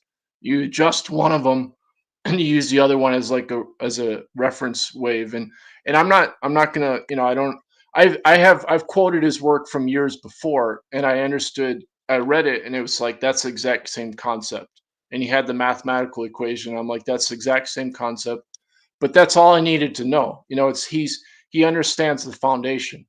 So what he does with that's now for me, if you go back to this quote you made about Tesla and the experiment and getting the science versus the experiment, it goes all the way back to Plato, because Plato argued that the Platonic realm was based on this inherent symmetric two-ness that existed before number, and his argument was based on the human body. And he said, look, it's self-evident that our two eyes are symmetric, our two hands are symmetric, our two legs are symmetric. But if you look at Taoist alchemy, they'll say the exact opposite. They say the left eye is yin qi and yang shen, the right eye is yang qi and yin shen, and on and on. And it's all complementary opposites. Now there's a guy named Eddie Oceans, and he was a physicist at Stanford Linear Accelerator Center, and he coined this phrase, quantum psychology, and he tried to teach it to Carl Pribram. And people have probably heard of Carl Pribram, right? The holographic brain model. He was the first, he promoted that idea, but he couldn't understand non-commutativity. And Eddie Oceans was trying to explain. Eddie Oceans realized the secret of Wing Chun and of what they call Neigong and its internal martial arts is non-commutativity. So essentially, like when you learn the Dirac dance, this essential move, it's you can look that up on YouTube, but in Tai Chi, that's called the silk reeling exercise. And essentially what it means is the outside of your hand is yang, the inside of your hand is yin, your upper body is yang, your lower body is yin. And so when you do this motion, you're putting the yang against the yin of the lower body, and then the yin of the hand against the yang of the upper body. And that's yes. The time you've rotated your hand around and it's done a full 720 degrees, what's happened is the yang and the yin have both existed in the exact same spot at different times, but yet in the exact same space. And so that whole idea where they can exist in the same space, not at the same time, that they do cross that same path. This is where we get that full yin yang chase loop where it never ends, and they're always trying to follow each other, but they never catch up. And this is what scares people, because like if you really study music, you have to memorize music, right? But at some point you have to start, when you're memorizing music, you have to really listen to the source of the music, and then you have to start wondering, well, where does the music come from? Because most people, when they learn music, they assume it's using an external instrument. But if you look at our original human culture, they're just hand clapping and singing. They're not using any instruments. You don't. In fact, the best music is, the whole point is that it's the source of sound is actually the source of consciousness itself. And there's no beginning or end to that. It's an eternal energy motion. And that's what, it's another example of what happens in deep, deep dreamless sleep. You know, it's like where people ignore the fact that they still exist in deep dreamless sleep. They assume like they're just a biological machine, you know, that turns off at night and turns on in the morning. But in fact, the real self of who a person is actually exists during deep dreamless sleep. And so instead, people identify themselves, you know, with their thoughts, their perceptions, and they ignore the source of who they are during deep dreamless sleep. You know, and if you if you really go into deep meditation, then you can start having visions that are more real than being awake. And when you have a precognitive vision, it's actually more lucid. And this has all been confirmed in quantum biology, because what they've proven is that, for example, the sense of smell is actually non-local. It's inherently non-local based on non-commutative phase. And they explain it by like Eric Clapton using a left-handed or right-handed guitar, you know, with like Jimi Hendrix using a left-handed guitar. What you're doing is in the sense of smell is you have the same quantum frequency of a molecule. Like with orange and lemon, it's the same exact quantum frequency, but what you're doing is you're changing the phase, and it's a non-commutative phase, and then you get a different smell. And that non-commutative phase is actually non-local. And that's also how photosynthesis works. They've proven that plants, the energy of sunlight absorbed by the turned into electrochemical energy by plants, is inherently non-local, and it's superluminal. And so this is going on all the time, and you can actually experience that through meditation. You can experience that all your perceptions and senses originate from this ether of energy. That's energy information, and it resonates from the future. So you can constantly be having visions from the future. Like the more you go into it. Yeah, well, it's true.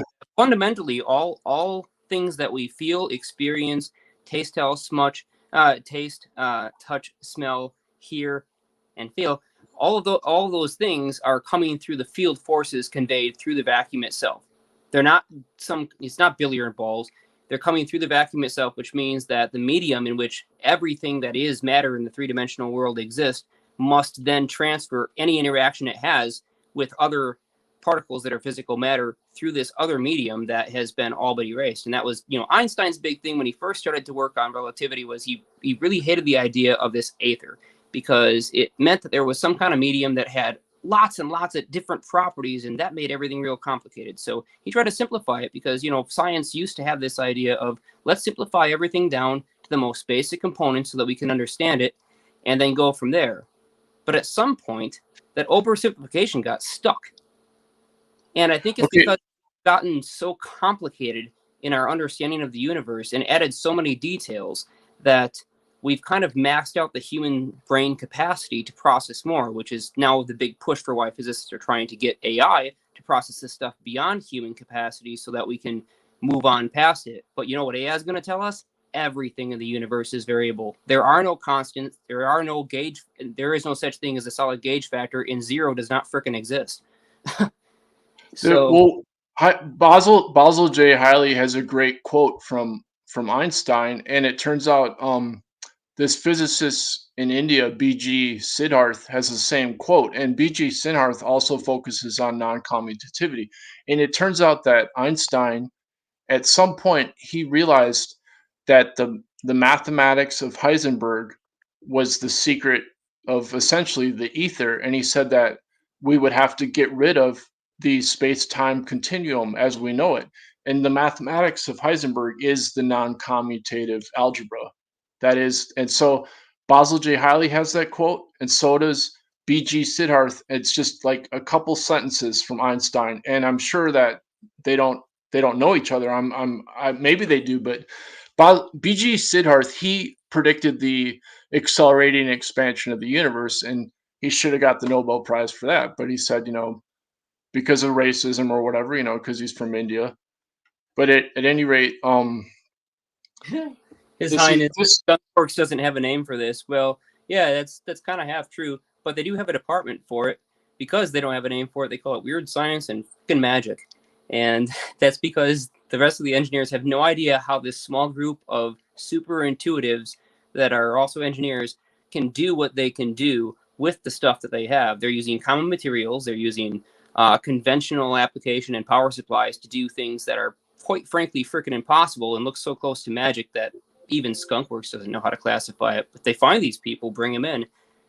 And I think it's pretty fascinating that they call it weird science and fucking magic because they have no idea how else to place it. Wizards. Yeah, I gotta plug in my computer here. So I suppose I should log off because I'm losing. Can you still see me? Yeah, we can still see you. Okay. Thank you for sharing. Yeah. My computer's not plugged in, so I got to plug it in, or I could keep going. But yeah, I mean, Roger Penrose is. I'll just say this is my last point: is that he says that the gravitational the source of life on Earth is from negative entropy, which is also the gravitational potential of the sun, and that originates from frequency. He says that mass originates from frequency due to the De Broglie Einstein relation. We're starting to lose you. No, it looks like your computer has gone. His point is that you got cut out. You're cutting out real because I think you're low power on your computer right now. So his point. Please plug in your computer and continue. The gravitational entropy is the opposite of the entropy of matter, and so all of our technology has tried to see. I just love how this happens. Right, he's getting right into the good stuff. Gravity is the non-communicative nature of matter, and we're talking about the details. And of course, we can't hear anything he's saying because we're getting fractions. Always like that, isn't it? Just so you know, Void, we still can't hear all of your words yet, but let's give that a test as soon as you get that thing plugged in. Yeah, hopefully you're able to. Hold on. It was extremely choppy. All right. There we go. See, now we can hear you perfectly. There we go. Plugging it in. Yeah. Hey guys, I'm gonna dip out and go to bed. This was awesome, super fascinating stuff here tonight, and I'm gonna end it on my channel here. Yeah. I'll end it on yours, and I'll keep it going on mine here, and might also end it on Xirtus's. But yeah, we're ending it on AlienScientist right now, but it shall continue on Crypto Alchemist, which I'm putting in the live chat right now. So before you dash, and let me ask you, Void, do you mind if Jeremy forwards me your email address? I want to send you some of those video clips so you can post them up on your channel for that replication of the experiment. Oh, all right, I'm back. Much love, Jeremy. I'm ending it back. on you right now. Okay, so Void, I was asking, do you mind if Jeremy forwards me your email address so that I can send you some clips of that replication for that experiment you shared? Yeah. I want to send that to Basil J. Hiley. That'd be awesome. Yeah, no problem. Because I want to give you some. Yeah, I want to see what he says to the Coriolis effect. No longer live on your channel, Jeremy. I replaced it with my BurnEye channel now, so live on both my channels. I think Xirtus still for now. I'll check with him if he wants out. Much love and respect, Mr. Reese. We will catch you on the. And right before you go, I've been talking to the Hutchinsons. Are you okay with scheduling next weekend the next crystal battery build episode with the Hutchinsons? There, Jeremy. Either Friday or Saturday. Yeah, we'll see. Yeah, I'd like to. I'll touch base with you on that, and I want to talk more with Matt here, Rife, and get more into that RifeTechnologies stuff too. So that was awesome having him on earlier. I really wish I could. 100%. We will be doing before you step away, Jeremy, just before you actually go to bed for the night, please do forward me Void's email address so that we can get in contact and I can send him that stuff. That way no one forgets. Yeah, I'll do that now. Just so Yeah, that it's I'll just my name. CC you both. Matthew is still there, saying 100% Jeremy, and exactly, Matthew. We'll be in touch, and we got to schedule a few of them together. Also, a Science of Sound episode within the next 2 weeks focused on that, and Year of the Coil focused on the agricultural experiments and side of things. And I'm sure we will have Gerald back on that too.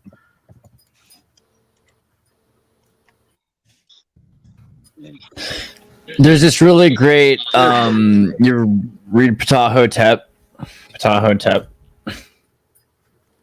Divine Maxims. Show that really quickly. Hold on. So like ancient times, there was this dude, Divine Ptah Hotep, supposed to live for like 100 and some odd years. And the 10 Commandments, they're based on like 42 maxims from Ptah Hotep.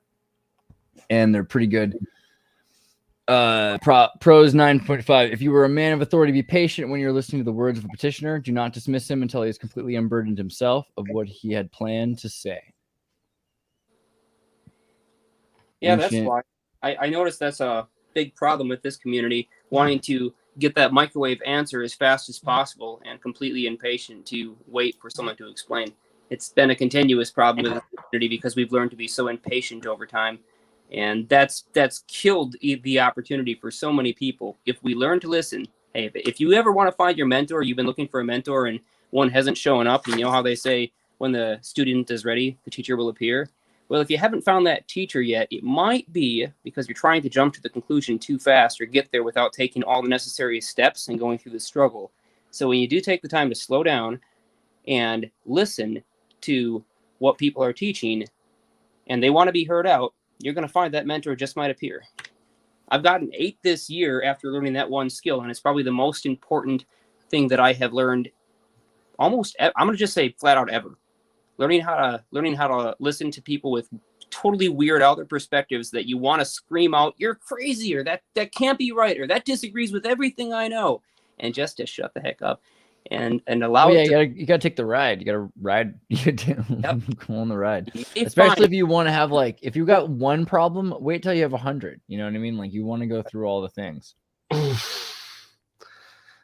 Well, yeah, I mean, it's interesting looking back at our linear ways of thinking of stuff. I mean, a lot of it works, some of the math and stuff. I don't know about what he was saying about the fifths and that octave spiral and stuff, because it's all like geometry and divisions of dividing things up. So I don't quite. I do want to get. I feel bad for Rife. I want to talk with Matt afterwards, and I feel great that he was super respectful and was chill with the whole thing. But I definitely want to talk with him again, and we're gonna get Rife to go. No, we will be doing at least like 2 episodes a week with Rife. He doesn't know what he's gotten himself. And Nathan could have turned the music math into the science. Nathan was needed for that last part too. I really think he would have been able to weigh in, and it's unfortunate he left. Well, I mean, we're 3.5 hours deep, and I was like, this guy wants to go. Oh, I know. We're gonna definitely. He went really deep. Like he should come back and talk to Nathan, because those two would jive really well. Matt's got some papers that can disprove the latest Nobel Prize winning paper on gravitational waves, and thinks that it proves more Matt friction is than gravity. coming back in. Here we go. Oh, man. Yeah, I can't do it anymore. No worries, Jerry. I think it's no longer live on your channel. We'll probably be ending it on Xirtus. Alien says we love you. Yeah, I probably have to go to bed. Live on my awesome BurnEye channel. epic stream, guys. I'll see you later. Love, brother. We will see you again soon. Peace. And Rife, especially if you want, we can schedule something. Come back if you want right now and keep going. I still want to hear his question. After party. We can keep going. Yeah. We need to schedule the Science of Sound, the Crystal Battery series with the Hutchinsons, which will either be Friday or Saturday.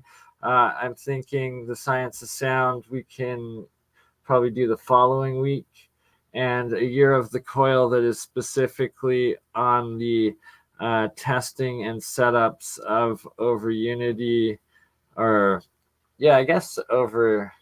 Unity or efficiency of it, and then another one strictly on the agricultural sides of it all. Yeah, let's just call it Unity Gain. Yeah, there we go. I like that. Unity Gain. That's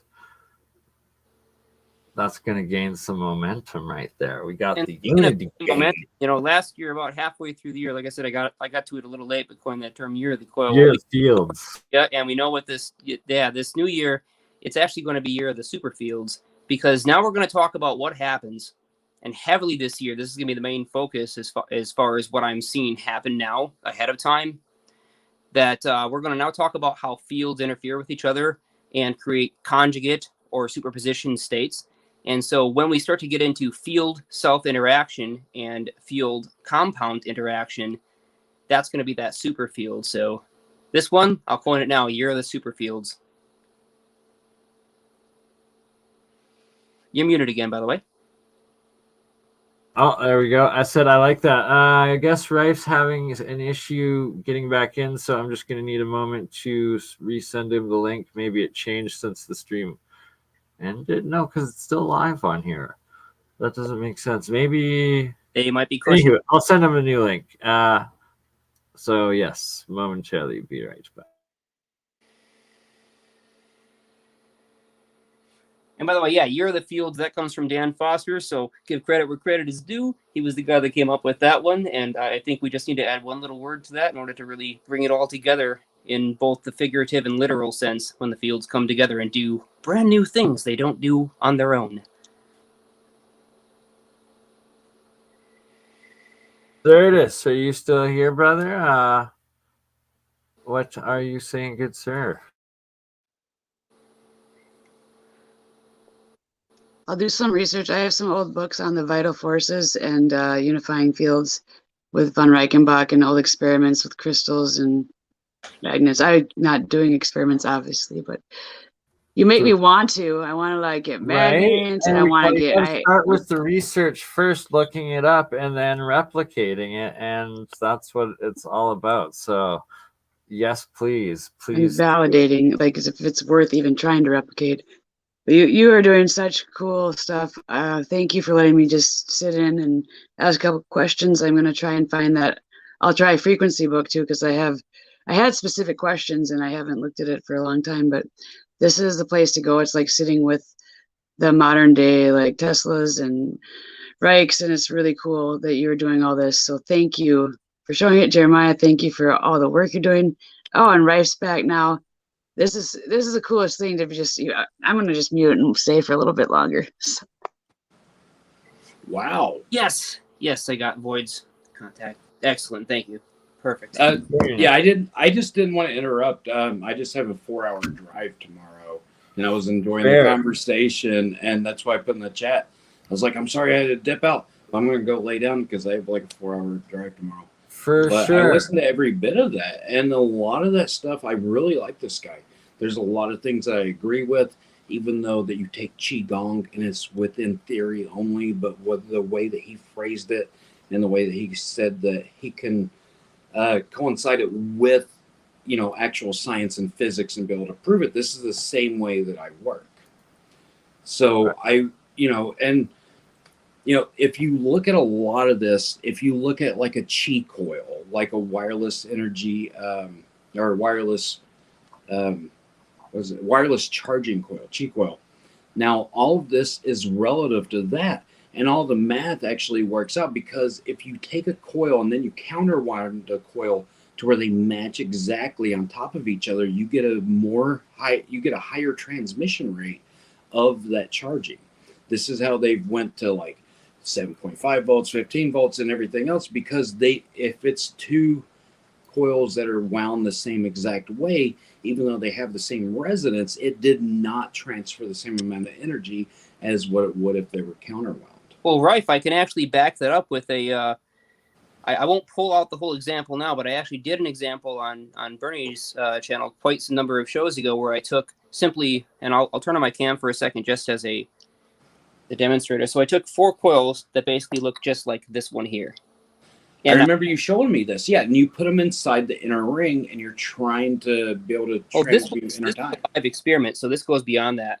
beyond the reflection. So any one of those coils on its own has a resonant frequency of 3.3 megahertz.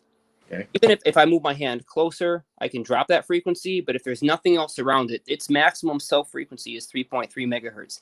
There's really no way to increase it. I can only decrease it by adding capacitance, so the LC circuit is balanced. But something really, really interesting does happen, and I'll grab the other coils and at least set them out as soon as I see where I have set the entire arrangement. Geez, I set that whole thing somewhere. Oh, there it is. Okay, got it. So let me grab these just as a, showing example.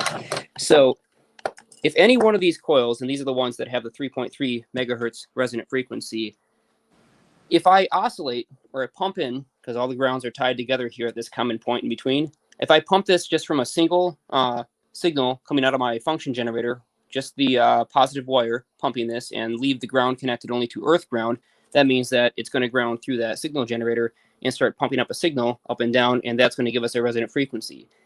If I take this one coil, 3.3 meg, and I stick this other coil next to it, and they're both connected at the ground, something interesting and unexpected happens. You would think the copper here would cause capacitance and drop the inductance, but instead, because both these coils are doing the same thing, but now they've taken that same thing and they've spread it out from one spot into two spots, the frequency goes up from 3.3 million cycles per second to 3.8 million cycles per second. If I add this third one into the circuit, it now goes up to just a little over 4 megahertz. And if I add the fourth one, now we are 4.3 million cycles per second. So we can actually increase the free resonant frequency of multiple oscillators, which are identical. And each of these is absolutely identical, as much as I could humanly make it. I sanded for several hours the tops of these PVC pipes. I took a caliper, measured exactly where the holes need to be drilled, measured exactly how long the wires need to be made, try to keep the angles as close as I possibly could. So my copper mass should be about as close as I can match it. And the only difference is maybe the dielectric here, the PVC pipes may have some moisture in them or slightly different capacitance. So that does affect it, but they're as close as I can get them. The fact that when we get multiple coils that are virtually identical to each other in the same physical space, and we can expand their distance from each other apart, we can actually shift their phase and their frequency because we're doing something fundamental to the properties of space and time. These are changing the permeativity of the local space, making it easier for a signal to flow through this wire. And if you calculate out the free resonant frequency of these, as we add more and more together, we're figuring out that it's actually superluminal. Well, and also what you're doing, depending on the closeness of the different coils, your electric is running on the outside of the copper it's running over the area of the outside of the copper, right? Or copper. So therefore, they may be combining and jumping over one another. But I suggest that we take up a donation so you can get a 3D printer so that they can all be exactly the same instead of you sanding down copper or PVC pipe. Yeah, that would be awesome. I still haven't, and I was planning on getting a 3D printer, but I still, for some reason, haven't done it yet. And if you send Andreas the specs, he could print that out. He's got a 3D printer.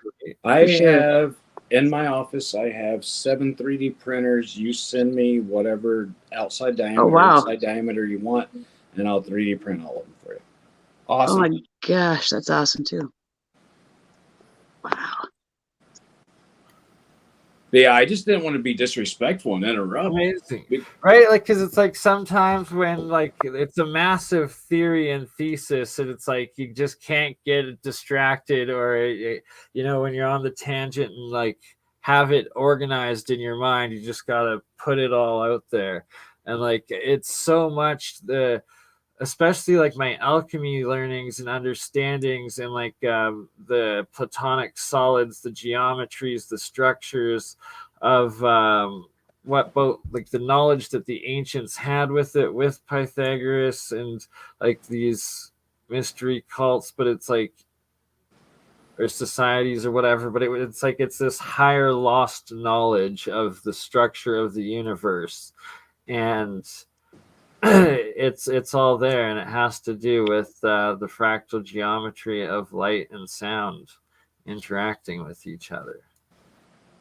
Yeah, so I mean, it's all experimentation. Just I do it every single day, even though there's a lot of stuff that's been written down. I've checked all of Roy's notes and I've double checked everything. I've done my own experiments to try things out. And what I've found is every one of them are true. But now we're just moving on to experimentation of old knowledge and bringing it back to today. That's amazing. And on the next one, we will have to go deep into the agricultural experiments, like crop yields, all of that sort of testing, because that's something that everybody can do at home with these different technologies that's safe, as opposed to just going off the basis of putting it in these energies into yourself, not knowing what you're doing, the potential harm, as opposed to learning and developing the science on the plants, on the yields, on the agriculture, and applying it for, plenty for all, essentially. Like the scarcity that we put on ourselves, on humanity, is ridiculous. We need to take it back to abundance. I wouldn't say we. Yeah, there you go. They, or I do want to ask too about the rods they, and though? cones. You were talking about vision and frequency, and that's something I consider everything that can improve this and that. I know, like ADHD, all these. I've looked into a lot of frequencies and healing, but maybe next time you could elaborate more on how there's visual impact that you can have, or just.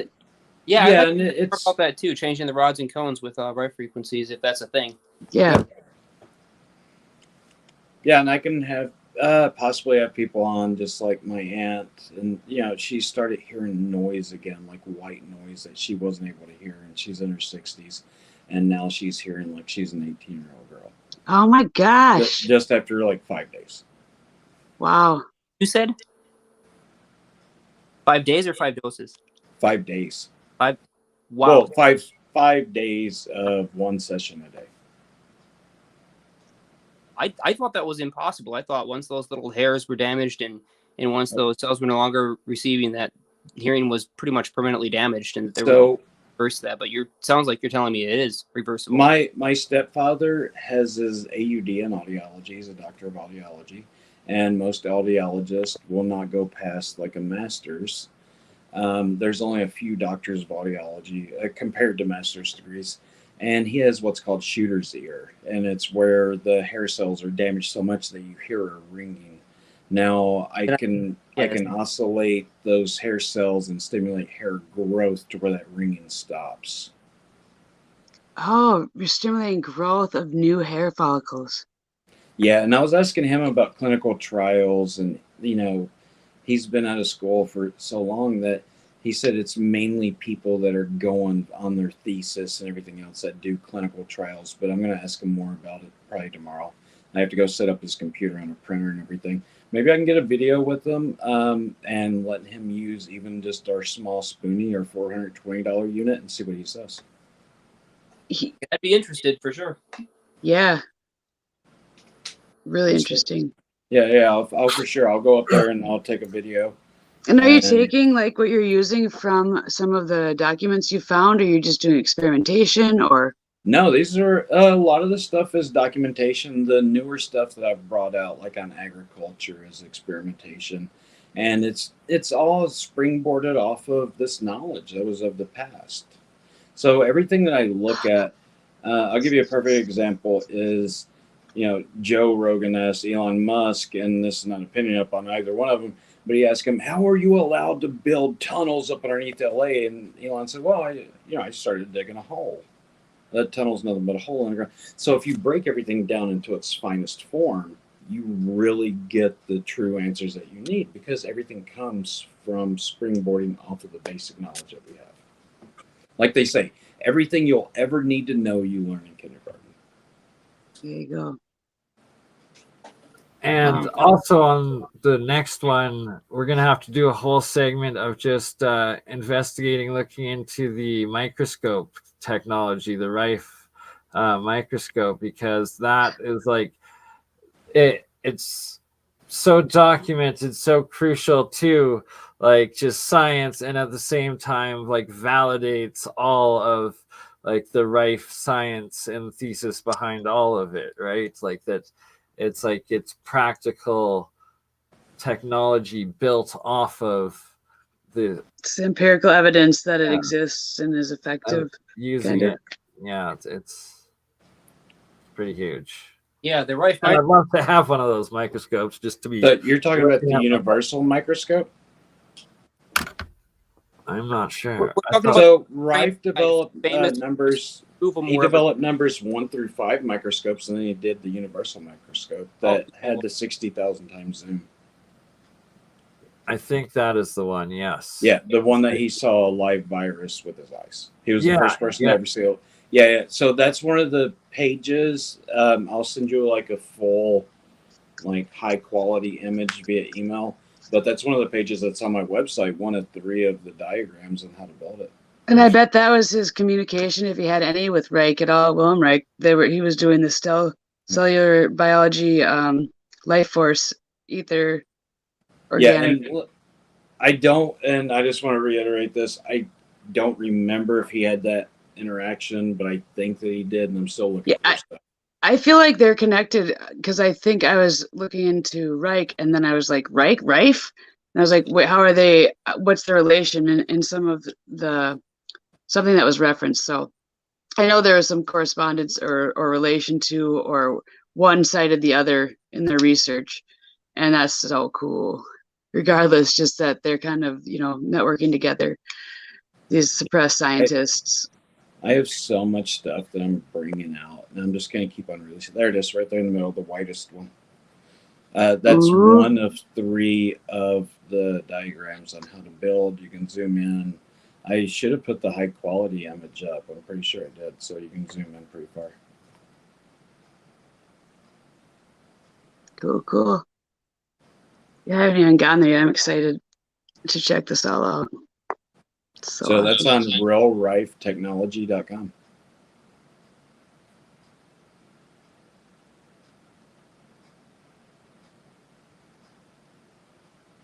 For which I am posting the link in the live chat for everybody that is interested in looking at this. Super incredible, useful stuff. This is amazing. That is what, Thank you, Matt, for sharing this with everybody. Matt, if you do have a higher resolution that you can email me, it would be awesome. And I would get it ready for a future. I want to turn on a machine and see better, just because I press a button and then that'd be sweet. Somebody with fibromyalgia, man, I could probably get her to write a testimonial tomorrow. That would be super cool. But she had fibromyalgia. And I didn't know that fibro actually caused like a hazing of the eyes. And she said after just a couple of minutes of her running it, the haziness on her eyes went away. Yeah. And who knows what type of frequency it's targeting, within that system of function. Maybe I can get Hunter on here one day too, if you guys don't mind. Absolutely. So this is Hunter, your partner here, explaining your device on your website. Yeah, we also did Hunter's wife and I. I hired her as an assistant. First thing, she quit being a registered nurse. She's got a master's in nursing. She quit her business and come over and started working for me. And then I asked Hunter, I was like, man, I can't do this alone. I need a partner. And he shut down his construction company. Both of them very successful and everything. And they just shut it down to just walk, with nothing really laid out totally. And, we've just been successful because we work hard every day and we go through everything. So we did a podcast with Dr. Beth Westy. And she's on TikTok as well, though. Dr. Beth Westy. That podcast is going to be coming out in March, and then she said that we can post it to our YouTube channel. I said, well, we'll wait about a week, and then we can drive other people to her too.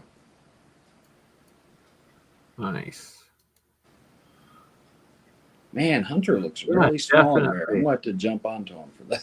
Because I'm 6'1". He's bigger I was like, I don't think that's him, but that's because it's not. It's Hunter. And yes, this is your partner. We definitely would love to have Hunter on sometime. And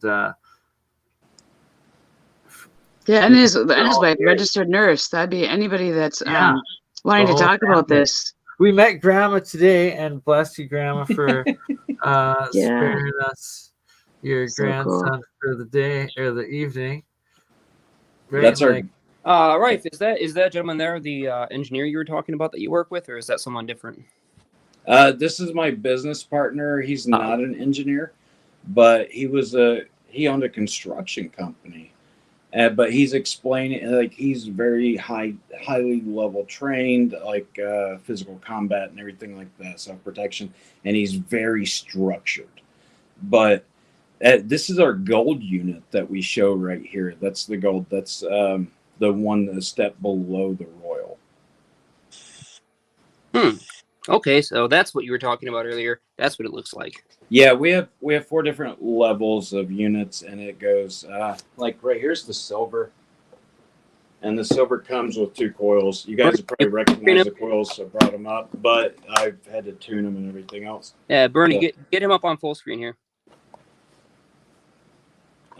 You'll notice that these look a lot like the Rodden coils, and they have a similar wrapping pattern. But they are different from the UFO or space coils, because I do have the barrier wire on it, and they're tuned specifically different. A lot of people don't get that, but like electrical engineers or everyone else does. But this is our silver unit that we sell for $776, and it comes in a protective case as well. It's a fancy case. That's the silver one. I didn't see the box, the silver box, or the box. Oh yeah. Sorry, the itself, because you were kind of tiny. Not that one. I mean the actual unit itself. Oh. See that, but you were just a tiny little. So, not the coils. The driver, the generator. So this is a Fosi audio amplifier, and so we have our settings on the top, and we're gonna get some help on that. But this is a model number. Oh, I see. And I understand why you're using that now, because of its built-in Bluetooth functionality along with your app. There you go. And also it's got the power supply on the outside, which helps out a lot, because we're having some issues, and Jeremiah's going to help us out with the feedback loop, because we have the sticker on top, because we're feeding more energy coming back into it. Yeah, that would be me, the Jeremiah that you're talking about. Oh, yeah. I'm sorry. I thought it was Andres. You guys sound a little bit alike. Probably. I mean, a bit. Andreas still technically is asleep, but right next to us. So it's more like a dolphin thing, where like half the brain is sleeping and the other half is moving. But yeah, I mean, and I'm gonna send you guys the 5 unit. There's still one more guy I gotta find out who I gotta send the royal unit to.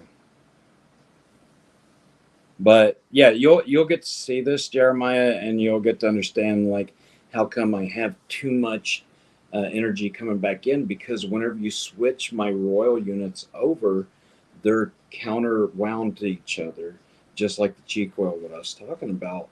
And you can set it outside on just a heavy plasma generated day in the atmosphere, and you can generate electricity, collect electricity from it. Having impedance matching issues with that amp, and looking at the coils and the number of turns they have very low inductance, and they're also doing very likely field canceling. I'll figure out when I actually check the wiring on them if they are field canceling. But if that's the case, it's gonna change your Q factor quite a bit, and it's gonna force the signal right back in as fast as it comes out. But there is a way to compensate for that, and I'll see. That's what we need, to where we can run the amps without them turning off, because it's just being overloaded pretty much. So I think it's I forget what it is. And you said those were by Filer, or no? What's that? You said those coils were by Filer, or no? By Filer, as in 2 wires wound simultaneously at the same time? No, they're not. So they're differential wire gauges, but you'll see it whenever you see it, or you'll know it whenever you see it. I'm sorry. You'll understand a lot more whenever you see it. I can't really explain it. I'm really. I got No problem. I was just curious about where the impedance mismatch is really rooted in, but I think I see where it's at. Hey, Yeah, it's because we're bringing in more energy. We're collecting all of this leaked electricity, and we're collecting it within the coils. So whatever I'm sending out, Anthony, if I'm sending out like say 1 watt, I'm bringing in more than 1 watt back into the amplifier, so it's overloading the amplifier.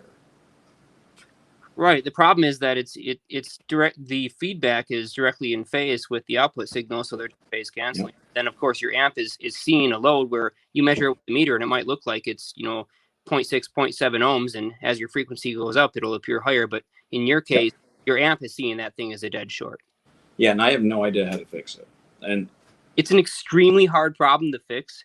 And by extremely hard, I mean engineers spend years and years, some decades, to try and solve this problem with high power transmission, because you start to get these refractive effects where signal does feedback. It's actually been an issue, a known issue with high power radio transmitters operating in the megawatts range, where the antennas themselves are not quite the correct size. They have to be sized depending on whether or not the transmission array is facing out or whether it's conjugating. They have to be sized slightly different because they modify at their maximum power level the variable refractive index surrounding those antennas enough to the point where their length is no longer correct. And so it have to be just ever so slightly modified so that they can compensate for that change in the local speed of light surrounding the antenna. What I was thinking about doing, because of that feedback loop on it, now my coils are tuned specifically for, resonance that work with biological issue, like just with the human body. I was thinking that maybe I could do the Tesla coil and lower my amperage. I don't need the ohm resistance. And then whenever I do the current on it, I can run higher currents through, but I can have them grounded out through the plug that goes to the house, that goes to the grounding of the earth. Yeah, you're what's the right word for this? Crazy. No, I'm thinking it's something that grows out of something else. I'll remember it later. I got an honest phrase here right now, bad. But anyways, yeah, it's you can convert current into voltage into current very easily with those things through the field dynamics. But what's really important with Tesla's tech is understanding that it is changing the properties of the space around it, or the vacuum around it, so we can utilize that with absolutely no cost to the energy input or resonance of the circuit.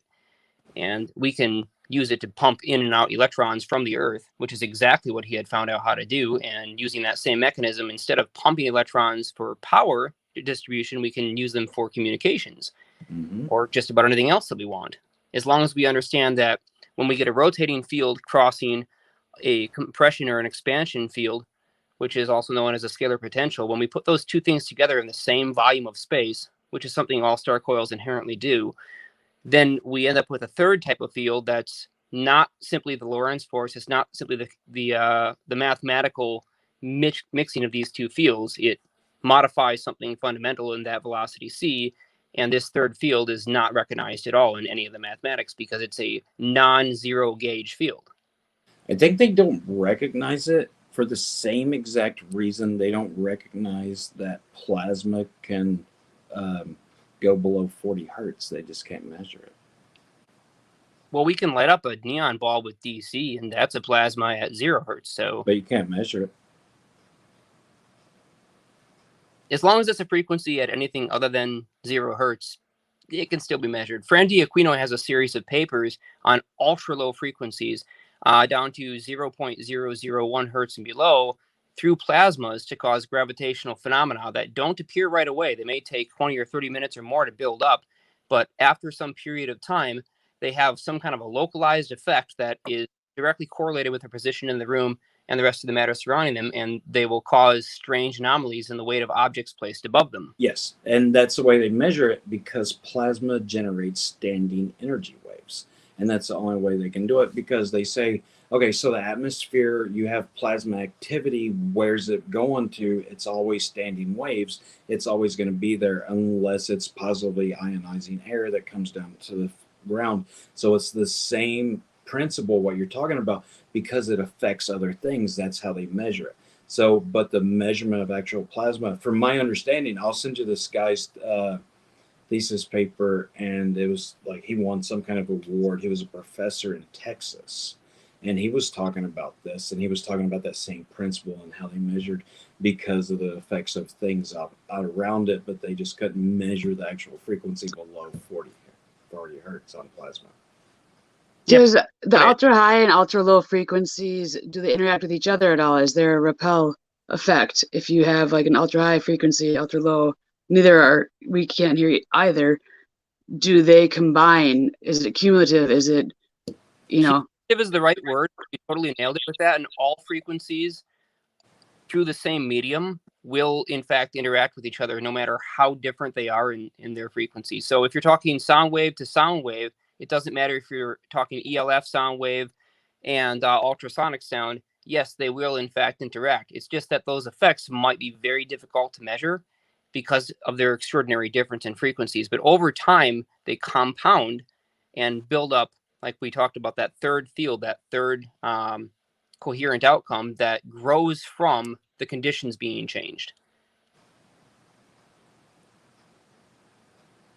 I mean, technically, all types of waves that exist anywhere interact with each other, whether they be electromagnetic to acoustic or whether they be mechanical or otherwise. I mean, they're all waves do fundamentally interact with each other because they all exist and have to be carried through the materium, this three-dimensional place that we call reality, and through the aether, which is the underlying fabric or framework on which all materials continuously exist. So yeah, there's some really good function generators on Apple that you can run 3 different frequencies and you can see like the actual frequency that's coming out. Because like I said, if I run positive 2 dB and I run negative 2 dB, it comes out to a flat line. They cancel each other out. This is the way noise canceling headphones work. It hears the outside noise, the ambient noise, and then it plays the exact opposite and it cancels it out. Right, exactly. But when they cancel, they're actually canceled. That's the amazing part. We may no longer be able to detect them, measure them, or hear them, but all of the energy from that compression and expansion still exists. It's just been localized at exactly the spot where the 2 waves cancel out. And this creates something brand new that we really need to play with. I mean, this is like anti-gravity, or I'm saying, like, called it. Yep. If you find the right frequencies. And well, that's the theory, because if you read this paperwork, or the paper that won the Nobel Prize by Gauss or something, I forget his name, in 2017, that they're redefining gravity as in gravitational waves. And they're talking about, if this was actual gravity, then from here to Pluto, it would have to interact instantaneously. Now, a lot of what I think that I can disprove is that if you look at fertilization, or like the sperm release of like coral reefs, right? Now, the coral reefs do not release a sperm on the same day every year.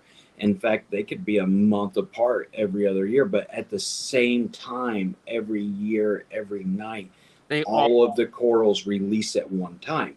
Now, that's just a proven effect that they can communicate, and they're communicating through electrical energy through the Earth. So if we can do that through the Earth, why can we not do it through space? Because we have radio frequency waves. We know that I could, like where I lived across from the big house at the University of Michigan, I could hear on the radio just a split second what the announcers were saying versus the sound waves that were coming in through my window, because sound waves travel slower through the air.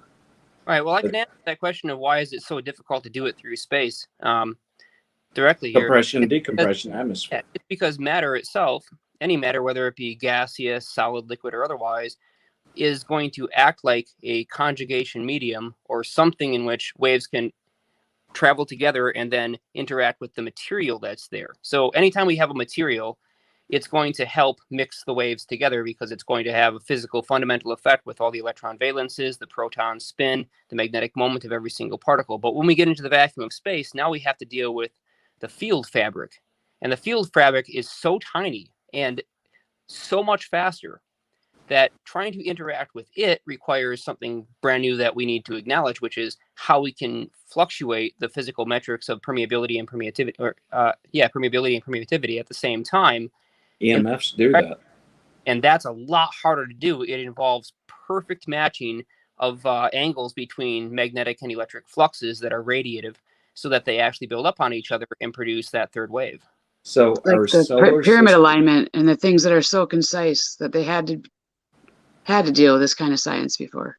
yeah, well, and our solar system is so aligned with each other, just like all the pyramids, what you're talking about, because all the pyramids are up on the ley lines of Earth, which is pretty much Earth's power grid, and our solar system is supposedly more aligned together than what's built within the pyramids, so that instantaneous travel could very well be true.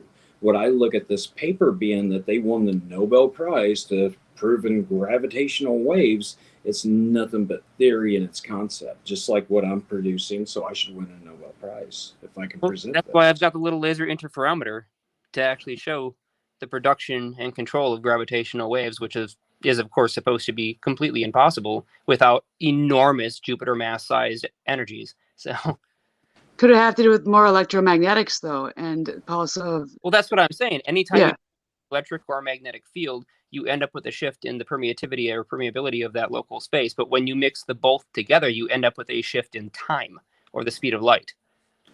And one thing about EMFs is that's really weird. So if you get like an N42 magnet, Jeremiah, I want you to go ahead and measure the magnetic flux on top of one of my coils at like 33 hertz. And I want you to see like the movement of this magnet. And then I want you to fill a jar full of water that has that magnet in it and watch the movement. It's not going to slow down or speed up very much at all. It's the permeability of that magnetic flux and the EMFs that's making it travel at a higher rate of speed, but less slowed down versus just regular water friction. If your coils do produce any kind of superluminal output or any kind of spatial time compression, my laser interferometer will be able to show us. Can't wait.